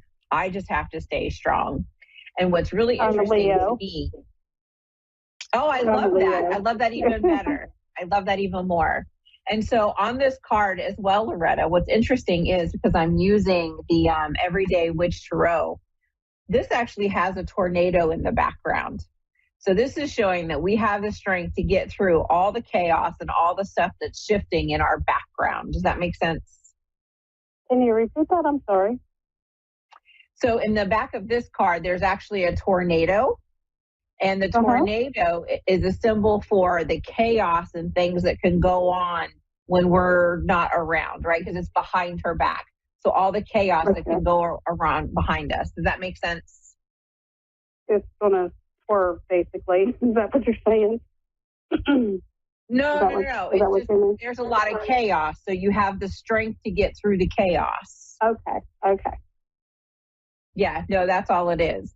And what I love about this is that she is looking, right? And so she's looking, I'm looking at her, and if I turn it around backwards, she's looking to the left. So I'm looking back at the past, and I'm looking at all the things that I have been through, and I'm going to turn my head and look at where I need to go. And I know that I have the strength to carry everything that I need to carry to get through what I need to get through. Does that make sense? Oh, yeah. Okay. I got chills all down my right side. Good. That means that your body is resonating with the information. So we also have the Three of Swords. And the Three of Swords is the heartbreak, right? It's the really difficult heartbreak that we go through in our lives. And it is painful. It is not enjoyable. And this is what we have the strength to get through all of these things. Now, I'm not saying that the outcome is going to be the Three of Swords. What I am saying is all of the stuff that you've already been through is where you're pulling the strength from to keep continuing to get through it. Does that make sense? Yes, that makes complete sense. Okay. And it's interesting. So I look back at this and I can see the journal and I can just hear Spirit say, are you continuing to document and write everything down that you need to write down? For the most part, yes. Okay, good. There's just been there's more of a distance between us now and between the times that I see her. Okay. And then my daughter, I don't know if you want me to tell you this or not, but she's due with twins within the next week. Okay. So the next card that we have is the Five of Swords. And the Five of Swords tells me, because swords are all about air. It's all the things that are in our brains, the things that we think about. It's all intellectual stuff. And so the Five of Swords shows me, again, we have that chaos, right? Things are up in the air. Some people are sad. Some people are happy. Other people are like, I don't know what's going on. So there's a lot of stuff that's happening in the background. And Spirit is showing it to me as though you have this desire to be included in all of it. And you're really being excluded. So you're the one that's crying at this point and not comfortable. Does that make sense? No, absolutely. Yeah. All right. So what else do we have Spirit show us? Here we have more. So we have lots of pages. We have lots of cards that dropped out. We have a couple of pages which represent, so we have 2 pages. And those are all the younger, these would be the younger children that you're just discussing. So those 2 are being brought up. We also have the Nine of Wands. The Nine of Wands, if anybody's watching and can see the picture, the Nine of Wands is a female who's holding a wand and she looks like somebody has really beat her up, but good. And what this tells us, this Nine of Wands is telling us that we have been through so much. We have been beat up. We've been pushed around. But we're still here to tell the story. We are not backing down, and we're going to continue to fight the way that we need to fight. The other thing is we have the Nine of Swords, and the Nine of Swords is showing me, right? We have a lot of swords that are showing up for you because this is all the stuff that we're thinking. And the Nine of Swords tells me that I am not sleeping at night. I'm letting all of this kind of overtake my comfort level. I'm thinking about it all the time. Does that make sense? I sleep pretty good at night, but I've been dreaming a lot more. Okay. So the Nine of Swords is going to be indicative of, if you're sleeping well, it's going to be indicative of we need to start trying to let go of some of it and not hold on to it, and know that Spirit's going to bring us what we need when we need it. And we have this Seven of Pentacles, and the Seven of Pentacles, even though it represents the financial stuff, the Seven of Pentacles to me very much means that we've planted all the seeds. Now all we have to do is wait. We have to wait and allow Spirit to begin the difficult transition between what is currently happening and what is going to happen. And I don't see it, the way that they're showing it to me is not that it's an easy transition, but it will happen. And you just have to wait and allow for all of these seeds to come to fruition, allow them to grow, allow them to do what you need them to do. Does that make sense? Oh, yeah. I feel like Spirit's been telling me that for a while. Yeah, and that's what the cards keep showing. So I don't disagree. I mean, and that's what they keep talking about. Is there a different question that you want to ask? I still basically want to know if my granddaughter will be coming home to me. I mean, okay. I've had other readings. Okay.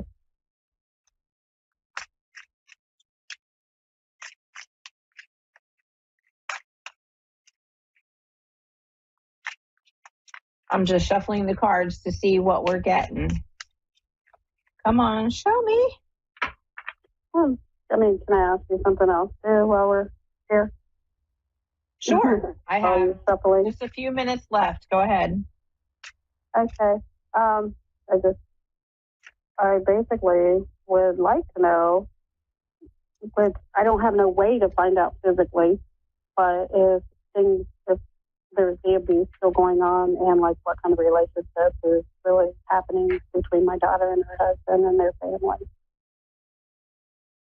So I don't see it as though the abuse is still happening. And when I ask Spirit very clearly, what is she going to be able to come home? I get the Six of Cups, and the Six of Cups is about childhood, and there's a home in the background. And this is all about things from our childhood getting brought up. And so it took forever for that card to come out. So I just want you to trust in whatever Spirit is doing right now, because they're not giving me a very clear yes or a very clear no. So it's literally just sit and be patient and wait for all the things to come, even though I know it's not easy. But I did get, when I asked about the abuse, I got the Death card. And death is that transition, right? Things are different, things are changing. And it's not a physical death, it's just something is stopping, and then there's a rebirth. So thank you very much, Loretta, for joining the show. I appreciate you very, very much. And for anybody else who is watching, if you would like to book a one-to-one reading with me, you can go to marialeggett.com and click on Book With Me. And I would love to see you. I also have my soul group, which is open, and the registration is going to end May 31st. And I would love to see you in there to be able to teach you how to work with your spirit guides and how to connect with your own spirit team. Thank you very much.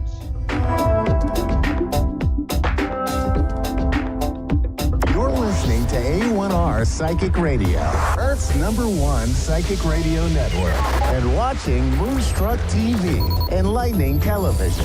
Welcome. Time for Astro Weather and Readings with Ashley June. Ashley June. Live from AshleyJune.com. Connect direct. In North America, dial 888-454-2751. In London, 20-3519-2158. In Sydney, dial 02-8488-3147. Or online, contact us through our Facebook page, facebook.com/psychic radio. Or one of our websites, askoneradio.com or moonstruck.tv. This is Astro Weather and Reading on A1R, the Ask One Radio Network. Hello, I am Ashley from AshleyJune.com, here with your Astro Weather Report for the week of May 22nd to the 28th. Tomorrow we have the full moon in Sagittarius. That's going to be one of our major aspects of the week.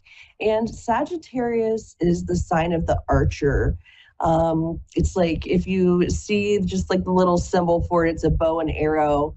But the thing about Sagittarius is it's not about where the arrow lands. It's about the journey of the flight of the arrow. Sagittarius is the sign of the seeker of truth and ruled by the planet Jupiter, the giver of gifts and luck. So this full moon, I think Sagittarius is one of the most fun sides of the zodiac. I think we're going to be really doing a lot of release work or having release energy surrounding what is our truth, what is truth to you, and releasing anything that's holding you back, because Sagittarius cannot be held back. You can't tell Sagittarius what to do. If you try to tell them what to do, they're going to do the opposite. So a lot of release work around those themes. The other thing about Sagittarius, because they are ruled by Jupiter, they are protected by Jupiter. And because Jupiter is that gifter of luck, you might, if you know any Sagittarians, you know this is true, that a Sagittarius can get themselves in all types of trouble, but they always come out smelling like a rose, or they are the person who you're like, why is their life so much easier? They probably don't have a lot of Saturn placements, that teacher taskmaster. Jupiter just makes things easier on a Sagittarius. So full moon in Sag tomorrow. And then we will have also Venus moves into Gemini. And then on the 25th, Jupiter is going to move into Gemini. So we've got a lot of planets changing signs from Taurus into Gemini. This is going to give us a lot lighter energy. Gemini is the sign of the twins. It's an air sign. And Jupiter, when he moves into a new sign, he brings that gift, those gifts and luck to that sign. So if you're a Gemini or you have heavy Gemini placements, great for you, because for the next year, you will have Jupiter in your sign. So again, he also brings protection with him. Jupiter protects those that he rules. And whenever he shows up into your sign, he's going to give you a little bit more protection to be able to go out and really go after what it is that you're looking for in life. Always great to have Jupiter in your sign, always very exciting. And I think what we're also going to see with this, because Jupiter makes things bigger and expansive, Gemini is the sign of mental health. It's the sign of the connection of the mind and the body. I think we're going to see, on a world front, more talk about this, more looking into mental health and how our brains really affect our bodies. So look out for all of those. Very exciting week. And I am ready for a caller. Julie? Yes, this is Julie. Hi, Julie. How are you today? I'm hanging in there. Is there anything specific that you've called in for today that you were wanting to ask about? Anything specific going on in your life? Yeah, my son, he just passed away. Could you tell me why he passed away? I don't know. They don't know why he passed away. He was only 36. I'm so sorry to hear about your loss, Julie. Thank you. Angels and higher vibrational dimensional energies. So let me see what I can get here. Let's see what we have. I'm using my angel decks here.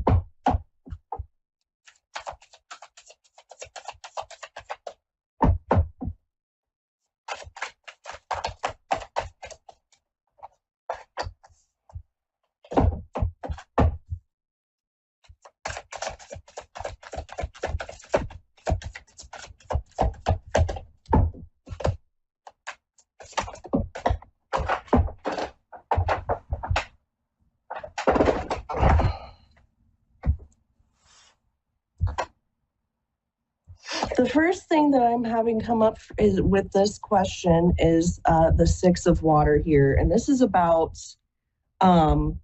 this card can be about childhood, something, and then the next card coming up is the Two of Earth. So these two cards together, too much going on at once. Did he have any known illnesses or anything that was from his childhood? He couldn't deal with his dad passing away. I'm sorry. His dad passed away when he was only 21. Yeah.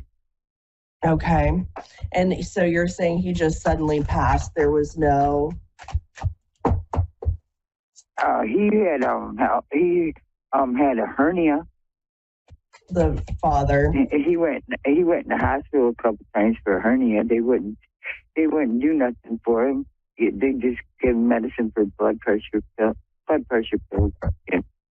For your son? Yeah.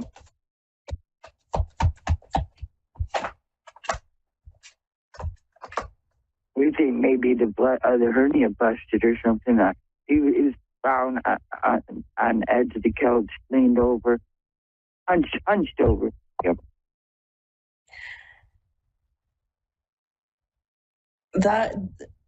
What I'm getting here is that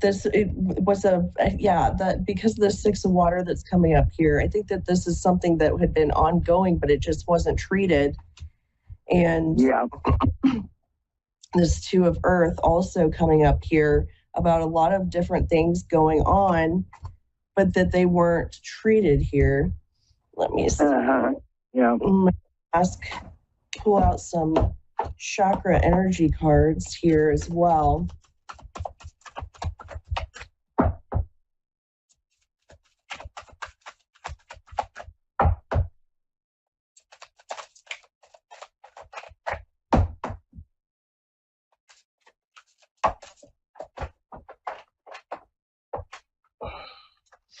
The card that's coming up is the Raphael card. That's the archangel, and the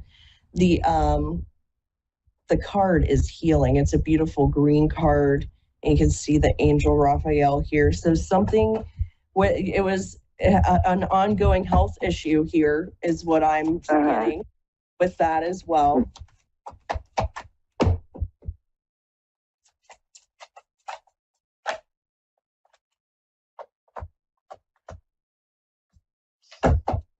And did you ask for there to be an autopsy done to find out? Yes. They did the autopsy. It's going to take 4 to 9 months to find out. Yep. Yeah, it does take a long time. It's not something that's quick. Because he was only 36 and he passed away by himself. So yeah, they had to do autopsy. Yes. I'm so sorry to hear of your loss here. Thank you. And then the third eye chakra card is coming up next here. So what I'm hearing with this, and this is just a beautiful purple card, and it looks like an eye with the symbol of the third eye chakra. So that's about being able to see the unseen. And I think that, so you knew that he had a hernia. He knew he had a hernia. This is what I'm saying. That he did know that there was an issue here, but that it wasn't treated properly. Right. Yeah. Because of that. And then I have the Knight of Air card coming up. This is a card, this is an event that happened very quickly, is what this card represents here. Something happening very, very fast. So what happened when it happened, it was very shocking. Yeah. Yeah, very shocking. Very shocking. And I think, and it was very quick to him. It would not have been something that was slow and painful. It would have been very quick.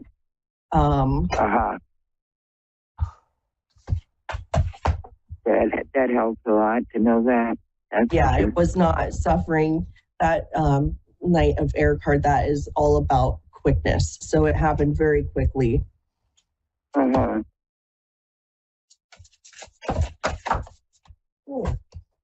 Well, these jumping over here. What's this one?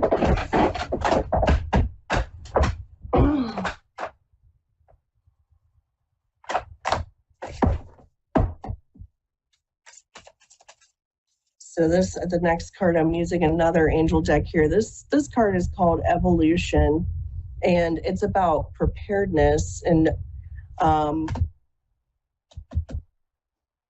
I'm hearing is he was not prepared for this at all, and times that this was very, very shocking. Right.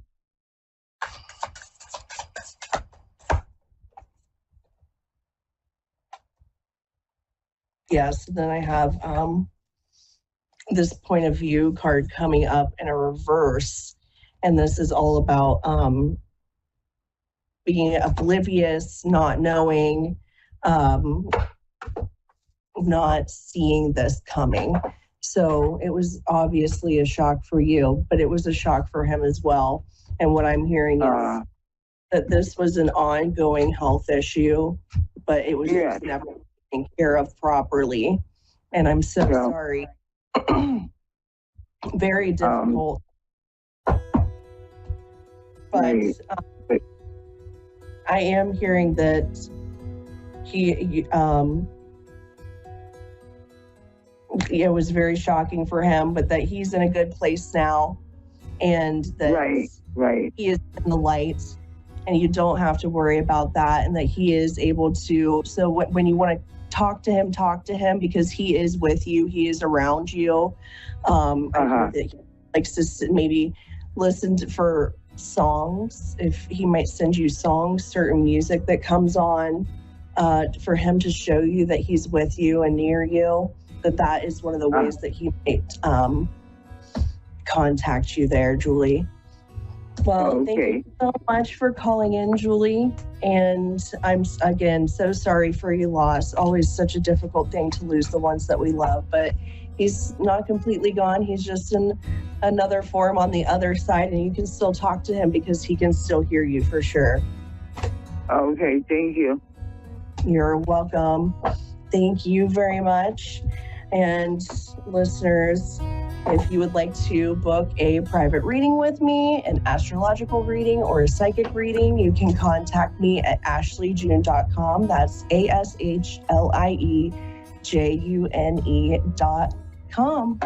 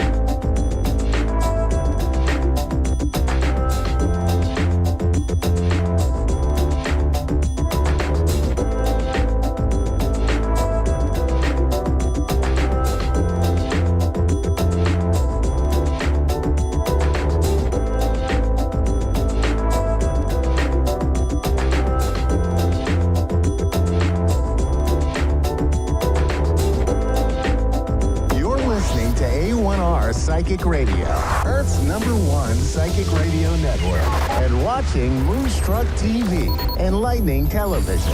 Welcome. Time for the Psychic Side with John Capello. John Capello. Live from JohnCapello.com. Connect direct. In North America, dial 888-454-2751. In London, 20-3519-2158. In Sydney, dial 02-8488-3140. 24/7. Or online, contact us through our Facebook page, facebook.com/Psychic Radio. Or one of our websites, askoneradio.com or moonstruck.tv. This is the Psychic Side on A1R, the Ask One Radio Network.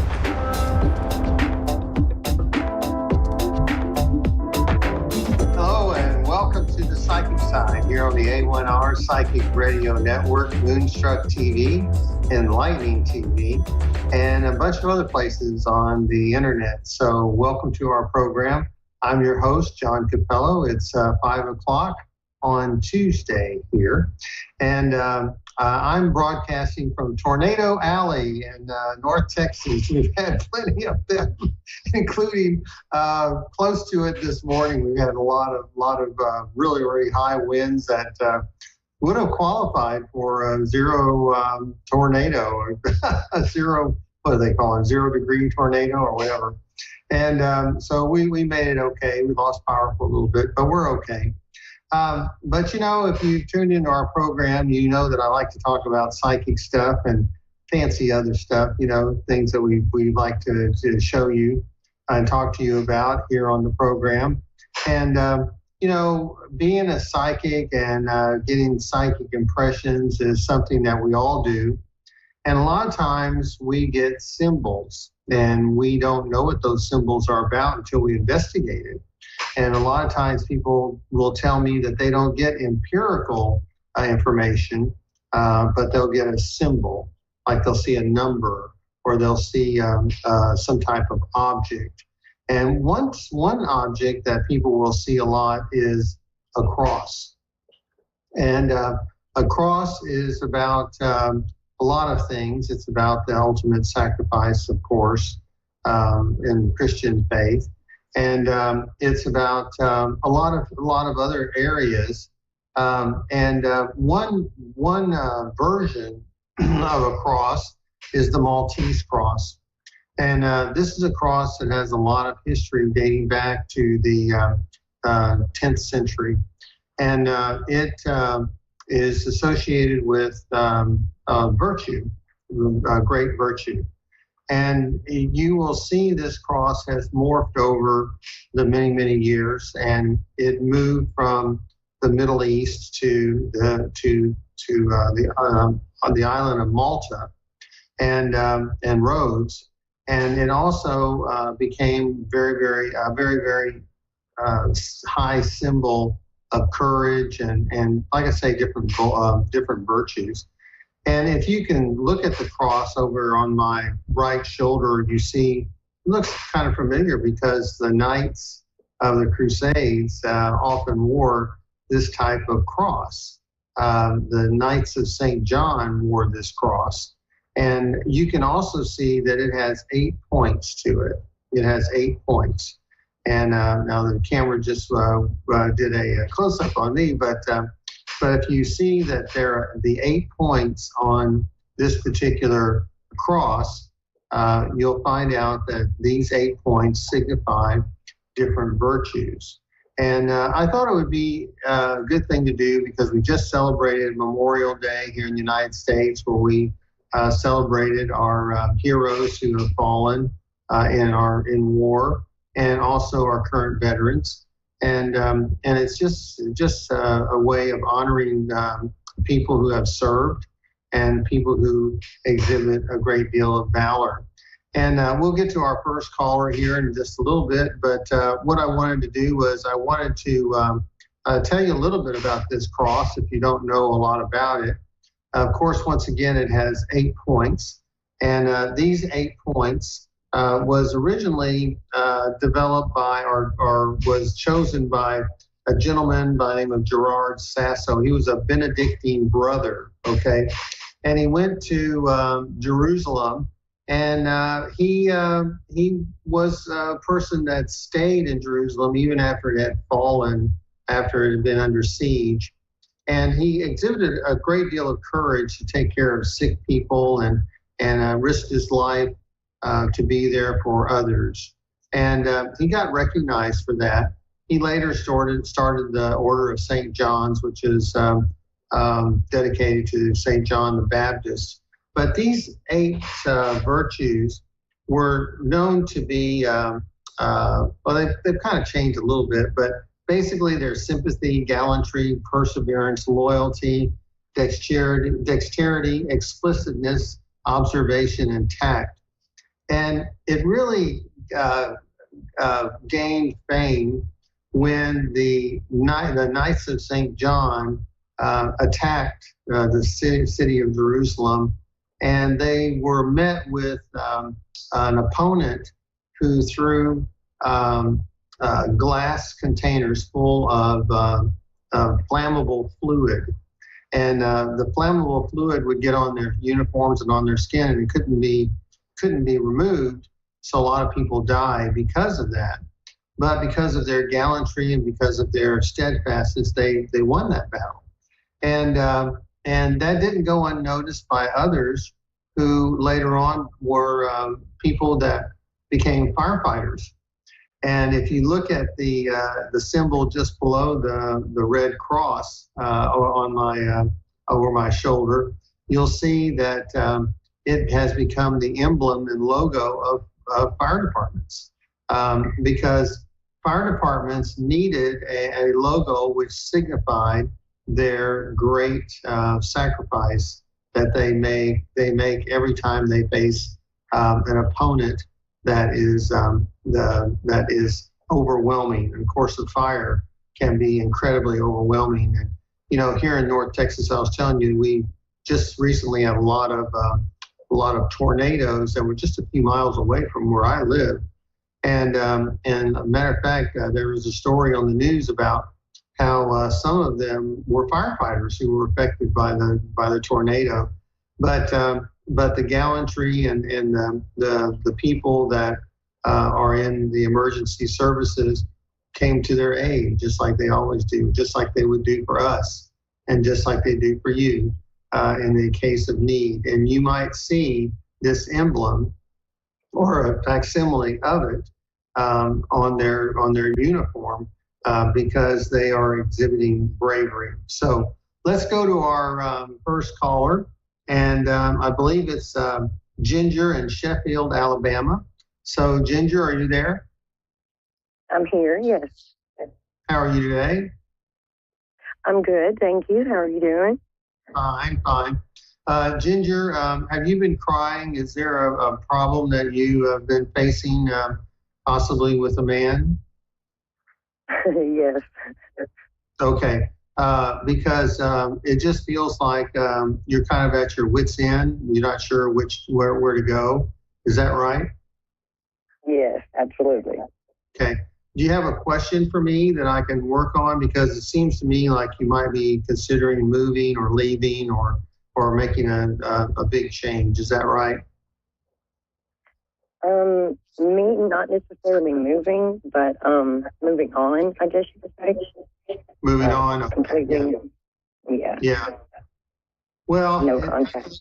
It kind of looks like that's what you're going to do. I don't know why I'm seeing kind of a ceremony. I'm seeing that you might, in order to kind of end the relationship or end the situation, you might get rid of some clothes that remind you of him, or you might get rid of some things. I don't know why I'm saying that. Like a funeral? Almost like a funeral for the relationship. Does that make any sense? Or do you ever do that? Kind of to be done like that, I have to have like a funeral in my mind. So yeah, I guess that would probably be what you saw. So a funeral in your mind about this relationship. So it just doesn't feel like you really have been treated very well, and that you've been kind of discounted. Maybe your opinion hasn't been listened to, and I think it just feels like you're tired of that. And we're not always 100% right on everything, and so he's not here to defend himself. But the thing is, it just feels like you're exhausted. There's a sense of exhaustion and fatigue there too. Does that make sense? Yes, absolutely. Okay. That's so correct. what now, do you have children with him, or are they grown? Your children grown, or what? My children are 20, 18, and then my niece is 14, but they're not with him. No. They're not with him, okay. But it just feels like this can be kind of a clean break. And it's like I said, I feel like you need a little bit of a rest. You need to be able to kind of clear your mind and just not have to deal with drama, because it just feels like, you've been trying to bend over backwards, trying to please someone that just wouldn't let you please him. Exactly. Right. So, nothing marked. Hit the mark. Okay. Well, thank you very much. I hope I was of some service to you today. We're talking about service today and talking about the Maltese Cross. And did you know those things about the Maltese Cross? I did not, but I found that very interesting, and I wrote some notes down that I'm going to look up later. Yeah, look it up. I have a few more things to say about it, but the Maltese Cross is very symbolic, and it's something that has survived history and has, like I say, morphed into some other things, other meanings over time. Right. And it's just a symbol of high honor. So as a psychic, we want to stay high-minded, and we want to stay virtuous if we can be. So thank you very much for your call. We appreciate it. Okay, thank you so much. All right, you're welcome. So you might see the Maltese Cross on medals, because medals of high honor, especially medals of the highest honor. And if you see over my other shoulder, you might see the picture of King Charles. And what do you see on his chest? You see two prominent medals that are renditions of the Maltese Cross. Now, each of those medals has different meanings to them, and I don't know them all. I'm not British, but the research that I did do on them quickly, of course, I didn't do it. I should have done more. I'm sorry, but they are of the highest order of each of those areas where they were bestowed on him. And actually, he wears 3 Maltese crosses on him. The other one is higher on his chest, and you can't see it very well in this particular picture. But all of the things that he's wearing, all of the different medals and sash and everything that he wears are all indicative of high honor. And of course, being the king, he has the highest honor. And so, like I said, I wish the picture was a little bit better, but it's something that if you notice the 8 points on that on each of those medals, each of those points stands for a virtue, and of the highest virtues. And so these are things that, of course, as a psychic, we want to try to live up to those standards, and we want to live up to something which is very high-minded. And the thing is that the Maltese Cross has been mainly known for protection. And as far as the firefighters are concerned, that protection would be, I will go so far as to lay down my life for you. And that's pretty amazing. Okay.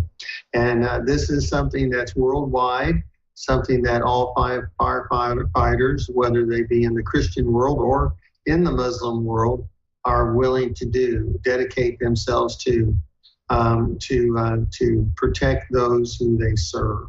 So it's quite an amazing symbol, and I'll tell you more about it after our next caller. So we have, excuse me, looks like we have Veronica in Ortonville, Michigan. So Veronica, are you there?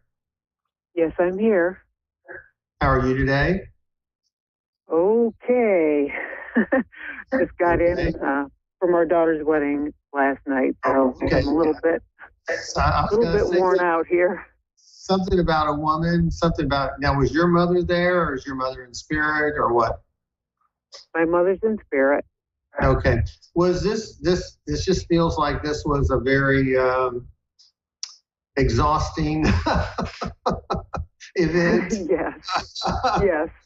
Was there a little bit of drama in this planning and getting this done?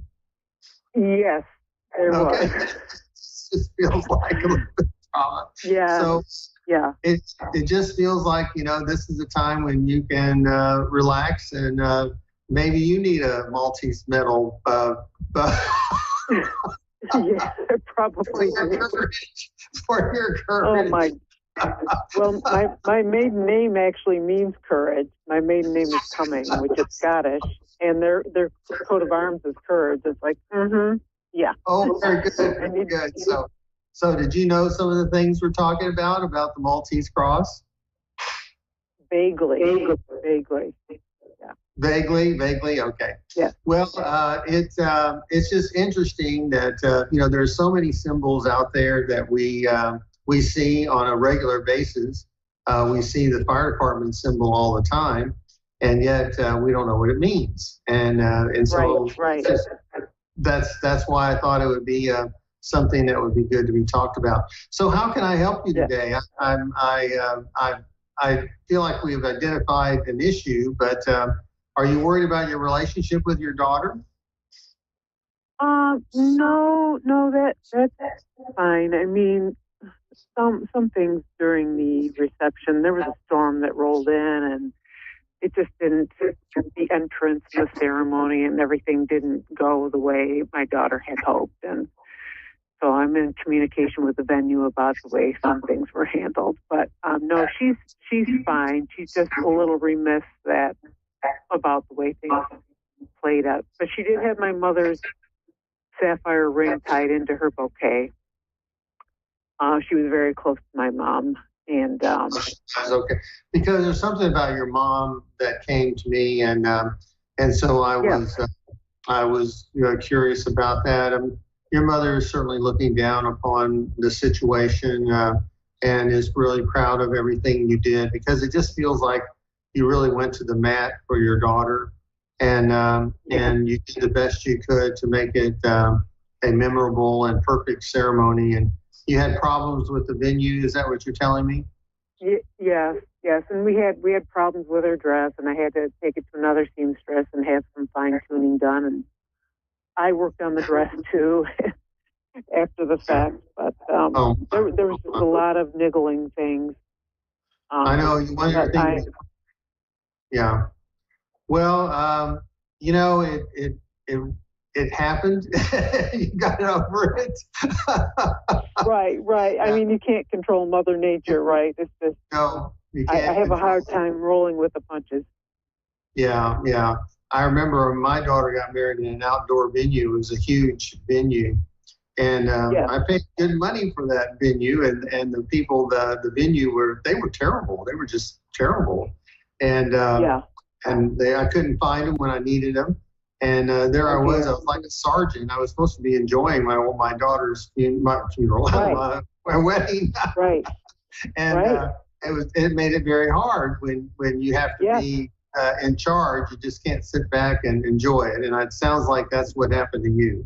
Yeah, you have to kind of connect the dots.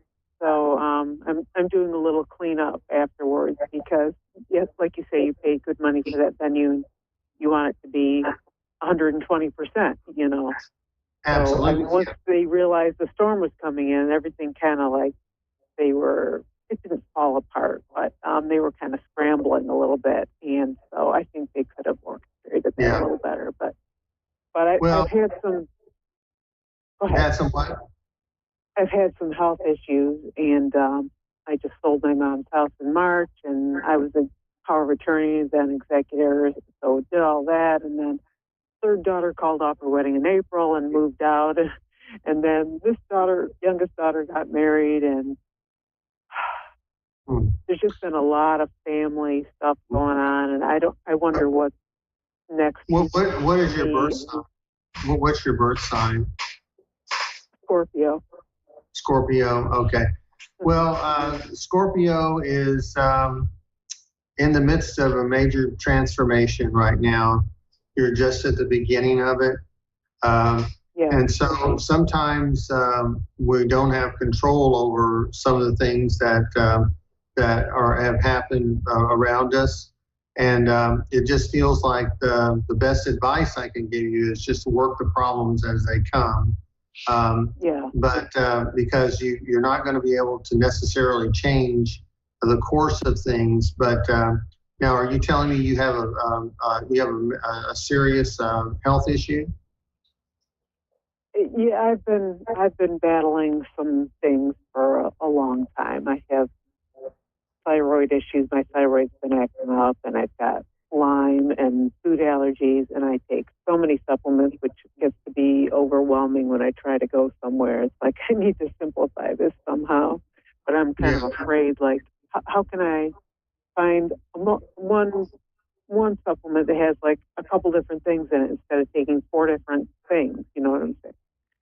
So I think because I've been under so much stress for so long that I need some time to get myself back. But I also have more things I want to do with my life. It does feel like you do need to take some time to rest and just to kind of take it easy. I would journal if I were you. I think that journaling might help you a little bit. It might ease some anxiety around you. And that journaling will be helpful in helping you make a plan for the future. So it's like I say, there's some things that I certainly can't change for you, but if you decide to journal or maybe even go to a naturopath or go to another doctor, or maybe even work on dietary changes and stuff like that. Sometimes you just have to take it. I do see a homeopath. Yeah, I see a homeopath and an osteopath. Yeah. Yeah. Okay. So I think you're on the right path. It just takes some time and get and try to release some of this anxiety. So thank you very much for your call and congratulations on your daughter's wedding. Thank you. Okay. And, all right. And can you tell me real quick? I mean, my mom was there, but do you get the sense about any other relatives that passed? Is father also in spirit? Yes, my father. Okay. Yes. Because it feels like and my husband's parents. Your husband as well. Maybe it's just your husband then, because my husband's parents, and then your husband's parents. My parents. Yeah. Okay. This must be your father then. Your father is. He's just telling me that you're always a hard worker. He says that when you put your mind to something, it doesn't matter. You're undeterred. And it doesn't matter how sick you are, you're going to get the job done. So he's really proud of you and just wants you to know he sends his love to you. Okay? All right, wonderful. Thank you so much, Don. I appreciate the insight. Have a good day. You too. Okay, bye-bye. Okay, thanks. Okay. Bye. Bye. So we have a lot that can be said about the Maltese Cross. And, if you look at our sponsor's logo, you can even see that it has 8 points.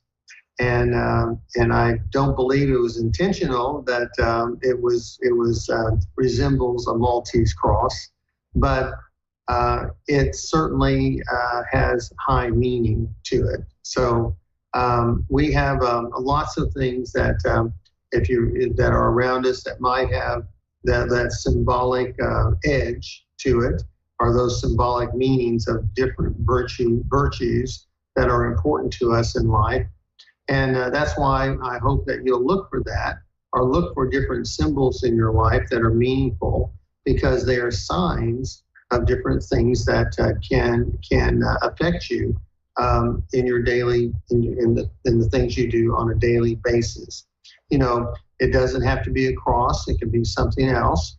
It can be, just virtually anything. It could be even seeing an animal, or noticing something that happens, a song that comes on. Those are symbols, and those are messages from spirit, messages to give you inspiration, messages to give you support. Now, the Maltese Cross is a symbol of protection. And so if you see it, you know that there is, you're being spiritually protected. So it's something that's very special, very highly spiritual. and it's something that is a symbol that has endured many centuries, and it can be used when working with your psychic ability as just one of those symbols that you may recognize in your life. So I like to just bring to attention certain things to my audience that might not have considered in the past, and this is something that I think is a good thing to know about. And if I come across some other symbols, I'll let you know. But there's lots of different crosses out there. Each of them has a special meaning: a Celtic cross, a Greek cross, the different ones. But the Maltese cross is the one that you look for that protection. So I hope that you will continue to watch our program or listen to it here on the A1R Psychic Radio Network, or watch us on Moonstruck TV as I come up with different topics, and watch the way I do my readings. If you are interested in learning how to do that, let me know. You can always purchase my book, Soul Exercises for the Open Mind. And we'd be delighted to have you join us in our classes. We're doing our mediumship classes right now, and we'll be picking those up tonight. But we'll be doing another psychic development course probably in August. So if you want to be watching for it as I advertise it on my Facebook page, you might do that. And be sure to like my Facebook page. And be sure to go to Miracles of Joy, miraclesofjoy.net. They have a wonderful website. They have 2 locations. I'm going to be doing a lot of work there this month. Well, coming up in June, and so I hope that you'll stop by if you're in the area and join us. So with that, we want to be able to say thank you once again for joining me here on the Psychic Side.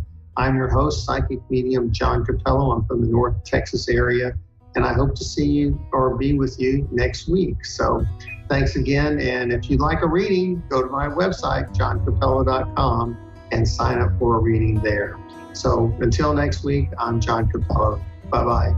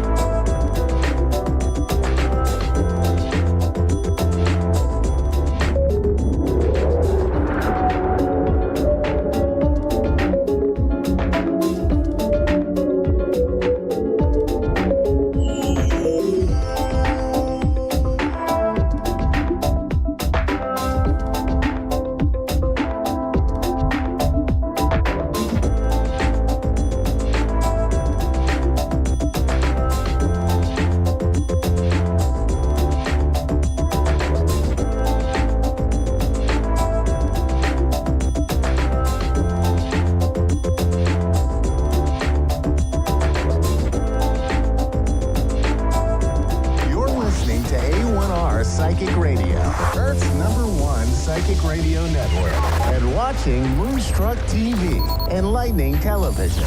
Welcome. Time for Amanda Hall Psychic with Amanda Hall. Live from AmandaHallPsychic.com.au. Connect direct. In North America, dial 888-454-2751. In London, 20-3519-2158. In Sydney, dial 02-8488-3147. Or online, contact us through our Facebook page, facebook.com/Psychic Radio. Or one of our websites, AskOneRadio.com or Moonstruck.tv. This is Amanda Hall Psych on A1R, the Ask One Radio Network.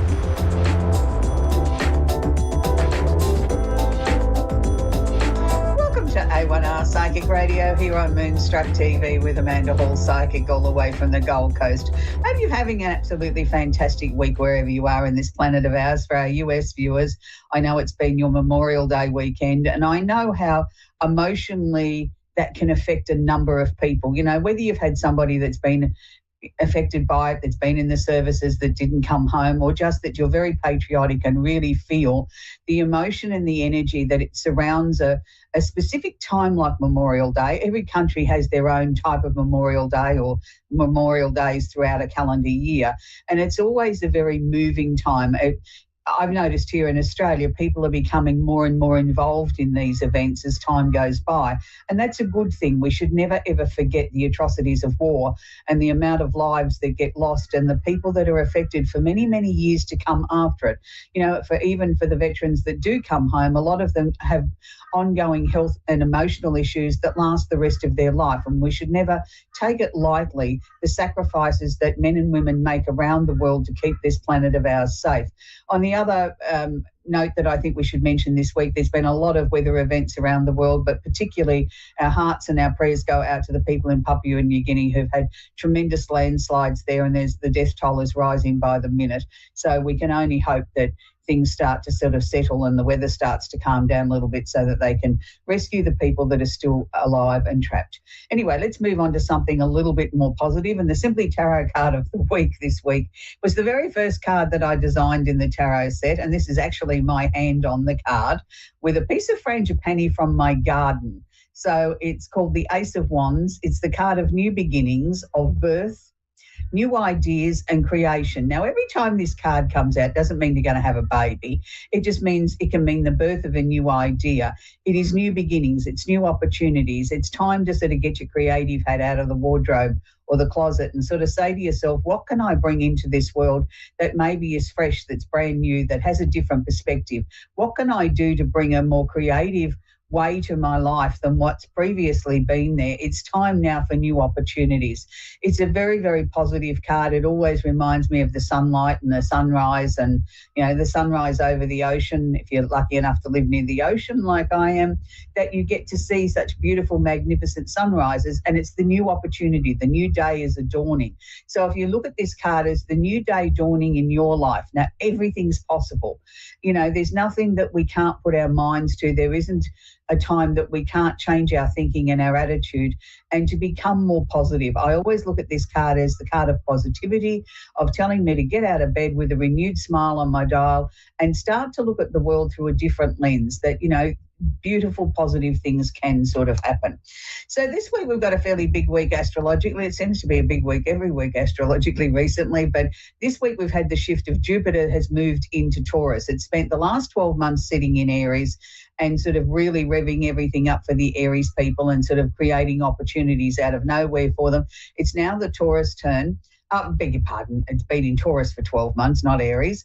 And it's now the time of the Gemini. So it's a really positive time now for Jupiter just entering into Gemini. I keep saying back into Taurus, but it's just gone into Gemini. It's a time where Geminis can really sort of start to shine. Now, Jupiter doesn't actually rule Gemini. Jupiter actually rules Sagittarius, the opposite sign to Gemini.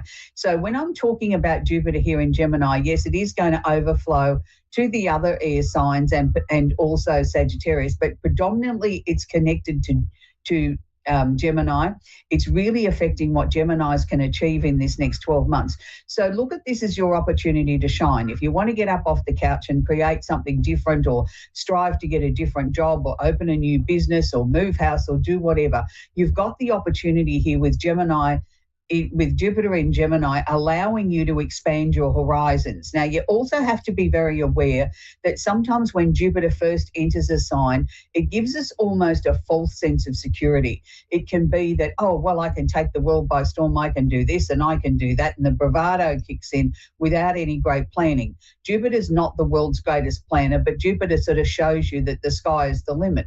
Anything's possible. So make sure that you do it in a deliberate, calculated way as well. Don't just go in this with all this bravado. I've got all these amazing ideas, but I've got no business plan to back it up, and then be disappointed if somebody won't give you the funding. You've got to make sure that you're carefully prepared for these things too.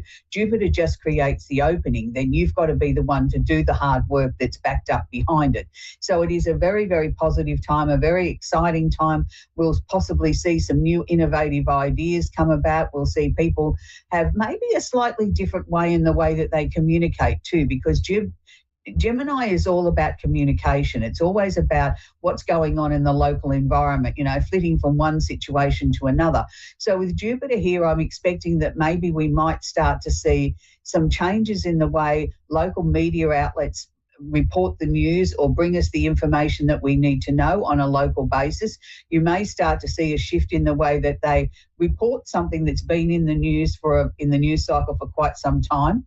So be aware of that. It's not that they've necessarily changed their mind. Maybe there's been new information that's come to light. There's a different way of approaching it, or a different way of delivering the same content over and over again, which they seem to like to do, until we get sick of listening to it or watching it. So be aware of that. There might just be a sort of a shift in that way. It also can spill across to politics and things like that, or, issues of a nation or a country. Be aware that there may be some shifts in policy or the way that people approach things. If you're heading into an election locally, or a state election or a local election, make sure you really listen to what's being said. Don't just switch off because it's the same old boring dribble. Sometimes we do really need to pay attention and vote with our feet and use our vote constructively, not just because it's the way we've always voted. So moving away from politics. So Jupiter is currently holding hands or conjunct Venus, the planet of love and affection, or the things that we love to do in our lives, which is also conjunct or holding hands the Sun in Gemini. So happy birthday to all the Geminis. It's a really important time at the moment where you've got opportunities there to really expand your life out, look at new opportunities, look at new things that you want to do, but make sure that there's a little bit of love sprinkled in there. Make sure it's something that you're really passionate about. Don't just do it because somebody else has suggested to you that this is a great idea and it's a good fit for you.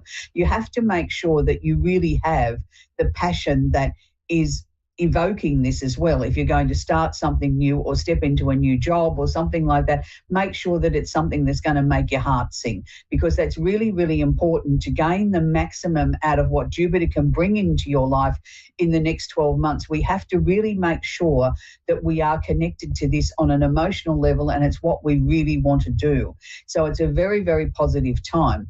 So we also sort of have the flow from these three conjunctions, or known as a stellium in astrology, and it's going to be affecting the other air signs as well. It's affecting Libra and Aquarius and the opposite sign of Sagittarius. It will flow on a little bit, but in a lot less degree to the other remaining 8 signs. It's not saying that, if you're a Scorpio that you can't be having some great brainwaves or some great inspiration. It's saying to you, just make sure that you're really listening to your inner voice, that you're not just going off doing something because that idea flashed into your head and that's good, I'll grab hold of that and we'll make that work. It's not always about that. We've got to see whether or not there's an opportunity to expand things out. So we're moving on to the next area of astrology, which was jumping out at me today before the show, and that's the emphasis that's still sitting in Aries. Now, the Aries energy is always about me first, and me first. And Aries being the first sign of the zodiac, it's where we look for the beginnings in life, where we look for the beginnings in somebody's chart, because it is the first sign of the zodiac. Now, this affects everybody, but predominantly it's affecting the fire signs first. It's affecting Aries, Leo, Sagittarius, and the opposite sign of Libra. then it's going to wash over to the other remaining 8 signs in a more gentle sort of approach. So we've got Mars, the planet of action and opportunity, the one that motivates us to get out of bed of a morning, get up off the couch, is conjunct or holding hands Chiron. Now, Chiron is not a planet. Chiron is where we look in the chart for what we term as the wounded healer, what we're bringing in from a past life situation. What are we bringing in that needs to be healed or sorted out in this lifetime? So it can be very confronting. It can be something that we sort of look at and think, oh, that's all too hard. I'll do that tomorrow or next week or put it off. It's something that we need to sort of look at and say to ourselves, this is something that's really important. If it's coming up, if it's bothering me, if it's being presented to me again, then I need to deal with it. Now, a lot of people have been inboxing me and asking me what on earth's going on. You know, Amanda, I'm having all these issues, these flashbacks to things that happened in my childhood, that happened in my 20s and 30s, and I don't understand. I felt I'd done all my clearing and letting go and all those sort of things. Why are these things happening? Why is it sort of like a PowerPoint presentation going flick, flick, flick, flick, flick, and then all of a sudden somebody throws on the DVD and we get the longer version of it? This is all part of Chiron trying to heal what we thought we had healed, and maybe there's a fragment or two there, or maybe we need to come back and look at it in the more mature eyes that we've got today than what we did when we dealt with it, say, 20 years ago, when we dealt with it the best way we could then maybe it needs to come back for one last look so that we can finally release ourselves of that and say, right, that issue was finally dealt with. There's no timetable. You know, a lot of people in the new age psychic sort of healing industry talk about, oh, we've got to let go of things. You know, don't forget to let go and don't forget to process this and don't forget to process that. We are human. We can only process or emotionally let go of or deal with to the best of our ability at that time. It doesn't mean that it's complete, and it doesn't mean that it's incomplete. We do the best that we can do with the tools and the knowledge and our know-how and what we're able to release at that current time in our lives on that timeline. That doesn't say that it won't come back in 2 weeks' time, 5 years' time, 20 years' time, and we have to do another layer of releasing. So don't look at, oh, I've already dealt with that. Why is that coming back? That's ridiculous. It's coming back for a reason, because we need to give it a little bit more airtime. We need to release it. We need to sort of look at it in that way that, okay, oh, yeah, that's why that happened. Now I see it more clearly. Now I understand the lesson behind that, or sometimes I don't understand the lesson. It's still sort of as vague and foreign to me as it was when it happened, and that's okay too. There's, you know, some things we don't get an answer to. Sometimes the answer is there is no answer.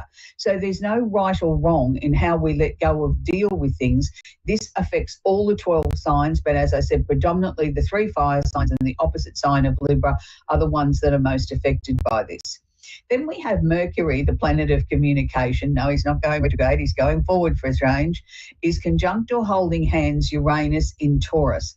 Now, Mercury likes to sometimes play a few tricks. Mercury also likes us to look at communication, whether it's written, whether it's verbal, whether it's in whatever form it is, to make sure that we look at it very clearly. Sometimes we get so obsessed with our form of communication or our version of events is the only right way. Now, with Mercury here, conjuncting or holding hands with Uranus, it's asking us to look at it from maybe another angle. Don't become stubborn, pig-headed and bogged down with this is the only way, or this is the only form of communication, or this version of the truth is the only version of the truth because it's my truth and it's got to be right. We've got to sort of look at the other person's version of their story. Their story is equally as important as ours. It's not that one's right and one's wrong. It's somewhere in the middle, or somewhere a combination of all of this is the truth, or really what happened, or really what should happen. We can't just take it for granted that because we've said it's true, that that's it, that everybody's going to believe us. If you become that stubborn and rigid with that, then Uranus is going to come along like a bolt of lightning and say, well, hang on a minute, you haven't looked at it from this angle. I'm going to show you that there's another side, or 2 or 3 or 4 sides to this situation. You can't just be the one that says this is the way it's going to be. So if you've got any important communication, and I'm going to go through the signs now, is Taurus, Virgo, Capricorn, and the opposite side of Scorpio. If there's any really important communication or official communication or legal communication going on in the next week particularly, or the next few weeks, make sure that you're being flexible enough to be able to listen to the other person's point of view or see it from someone else's interpretation. Don't just become bogged down with the fact that your way is the only way and your way is the only truth. It may be your truth, and that's good to stand by your truth because you believe that it is the truth, but you've also got to be open enough to look at it from another person's perspective. If you become so bogged down with it and very Taurian-like, very stubborn, pig-headed, and this is the only way it is, then you're going to find Uranus is going to come along here and is going to be like a bolt of lightning. He's going to strike the ground many, many times, and he's going to sort of do it in a way that it sort of rocks you at your foundation until you become unhinged and sort of maybe then say things that aren't true or become overly emotional or don't handle the situation in the correct manner. So please be very aware of that. It is a very, very powerful conjunction that is happening, and it's not something that's going to move quickly. It's going to move slowly over the next month. It's going to be something that you really need to be very, very aware of. So, the astrology report is not about putting the fear of God into you. It's about hoping to help you understand the really strong energies that are happening right as this show goes to air of what's actually happening in our universe. It's what's happening. It's like if I was to take a photograph, this is the photograph of where the planets are at the moment and how they affect us. So it's good that we get this opportunity to share this insight with you each week on the show so that you can sort of better prepare you for the week ahead. So let's change the pace of the show a little bit and let's talk with Mimi in Melrose in Massachusetts in the USA. Are you there, Mimi? Hello, Mimi. I'm sorry. Do you have a question I can answer for you, sweetie? Well, I had a lot of things happen in my life. I lost a lot of things. And I'm trying to deal with that, and it's not very successful. Oh, well, I'm sorry to hear that, Mimi. Look, it's hard sometimes when we lose possessions or we lose people or a combination of all of the above to be able to sort of try and bounce back like a rubber ball, to bounce back to where you were before. That's not always what the lesson is or what we're meant to do. I think you need to stop being so tough on yourself and just sort of giving yourself a little bit of leeway there and saying, well, look, I'm doing the best that I can do under the circumstances. I haven't had time to really catch my breath and regroup and look at what the next steps are or where I should be sort of focusing my energy. Sometimes the lesson is to just sit still, to just let, things just organically start to percolate up around us and then sort of get our strength from that instead of trying to force things or make everything right. And it's one of those flaws that we as human beings think that our lives have always got to be full and we've always got to be busy and we've always got to be in control of something and doing something and making sure that it's right. We lose that art of being able to just be and say, okay, all right, life's dealt me this and I've just got to chill out for a little while. Let's see how things unfold. What they are showing me, Mimi, is that from August on this year, things are going to start to unravel for you in a much, much more positive sort of way. So I want to sort of suggest to you between now and then, if you can, just be like a log. Let's just float down the river. Let's just go with the twists and the turns of the river and not fight it. Just flow along with everything. I'm not saying that you can't avoid or put off making decisions, but unless it's absolutely necessary or urgent, then I would just let it slide for a little while and give yourself a little bit of a chance to have a rest and regroup your energy again, because it's really important. You're soul tired. You're not just physically and emotionally tired, Mimi. You're soul tired as well. And when we get soul tired, that's when we bring on illnesses and things like that, because we've exhausted everything that was in our reserve tank. And I don't want to see that happen.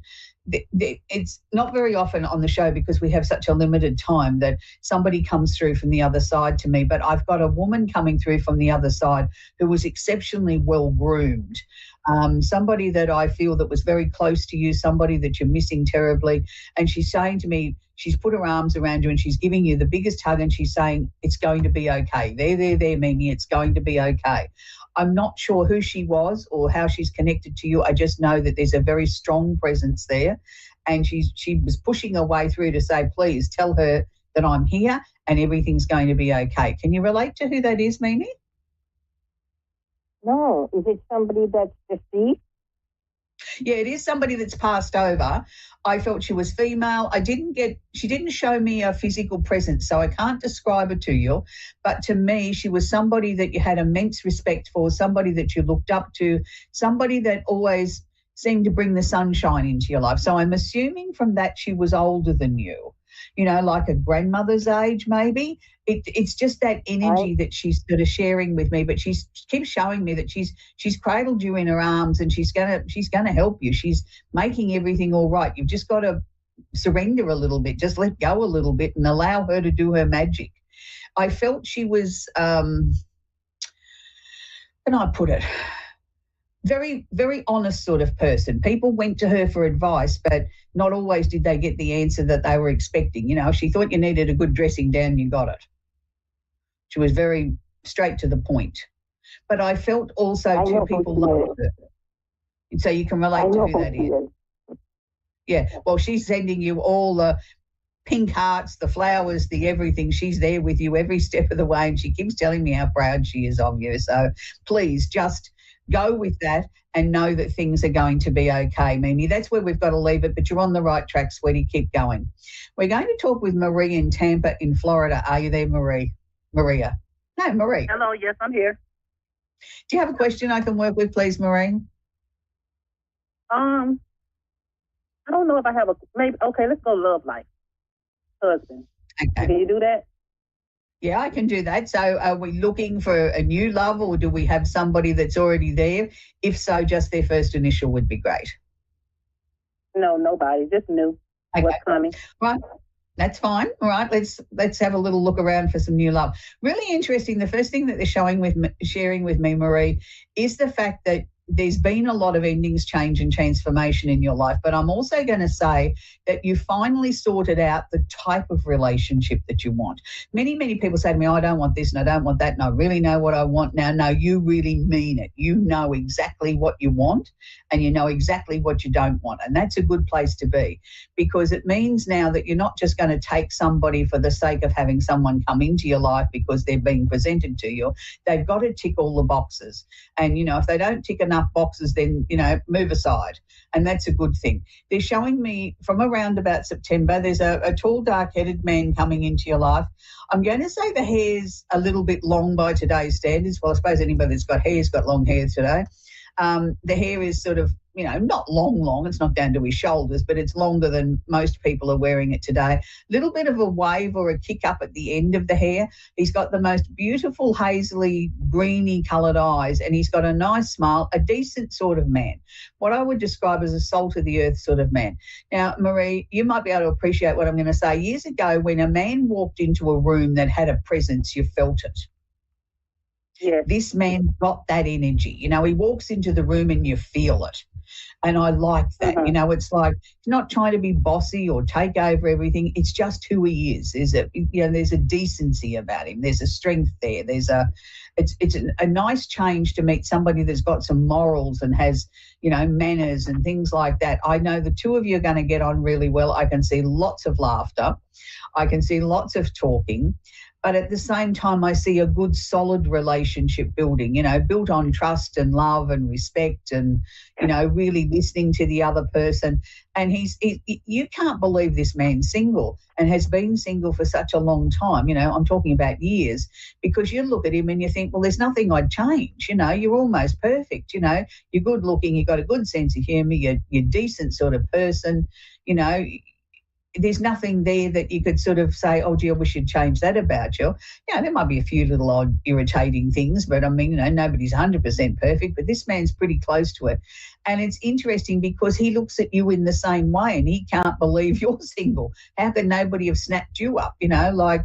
He keeps saying things as you get a lot closer. Gee, I wish I'd met you when I was in my teenage years. How our lives would have been so different. But maybe, just maybe, if you had, then maybe the connection might have been too powerful and you might have destroyed each other because you weren't ready for that really intense right sort of love. Do you know what I mean? Like where you don't need to try and tie each other up or tie each other up in knots. You're happy for the other person to succeed and achieve, and you're happy to sort of take second place if need be to let them shine. Well, maybe if you had met in teenage years or early 20s, that would have been a little bit too much of a power struggle. So, look, I always believe things happen at precisely the right time, and this is the right time for you. And he makes me laugh because he turns around and says to me, I'm not much of a cook. And yet, you know, he gets all the pots and pans out in the kitchen and he can create something out of nothing. You know, I wish I could cook so badly like he does. You know what I mean? I have to think about it. So do you probably. But he just sort of, oh, well, this is what we've got. We've got tomatoes and eggs and this and that and the other. And he throws this thing together and you think, wow, couldn't have got that at a restaurant. This is even better still, you know. But he enjoys cooking, and I think that's one of the things that has kept him level over the years. That, you know, he's had the money to, you know, go out to dinner every night if that's what he wanted to do. But he's always found that when he's been stressed out or he's had a bad day or even if he's had a good day, he likes to come home and rustle those pots and pans and make a creation. And that's sort of his little bit of therapy. So look, you won't argue about him cooking, I'm sure. I will not. No, sure. You'll be happy to wash the pans up. Look, I can't fault this guy. He's just got such a nice energy. I found one thing that he's not good at. He hasn't got a very good singing voice. He thinks he has. It's okay if he doesn't share it with the public.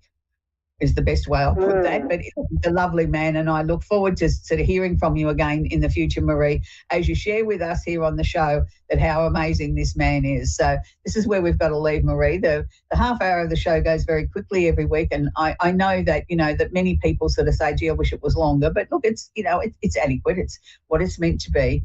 And it's really interesting that we get to work with so many amazing people around this planet of ours. And I really do sort of want to thank you from the bottom of my heart. This week I want to leave you with a song that a lot of people probably won't remember this one, and I'm really showing my age now. It was brought out in the late 60s. But it's a song that I think even has the right words for today, and it's by the late amazing Billy Preston, and the song is called That's the Way God Planned It. Now, I think it's still very inspirational. It has the right message even for today. I think we all need to get back to our roots a little bit and look at that sort of, you know, things are planned for us, that we aren't in control of everything. We think we are. You know, I believe we have free will. We can get to an intersection. We can either turn right or left, but it's already been predetermined. We already intuitively go the direction we're meant to go, and that's where I'm going to leave you this week and say that's the way God planned it. Until next week, bye for now.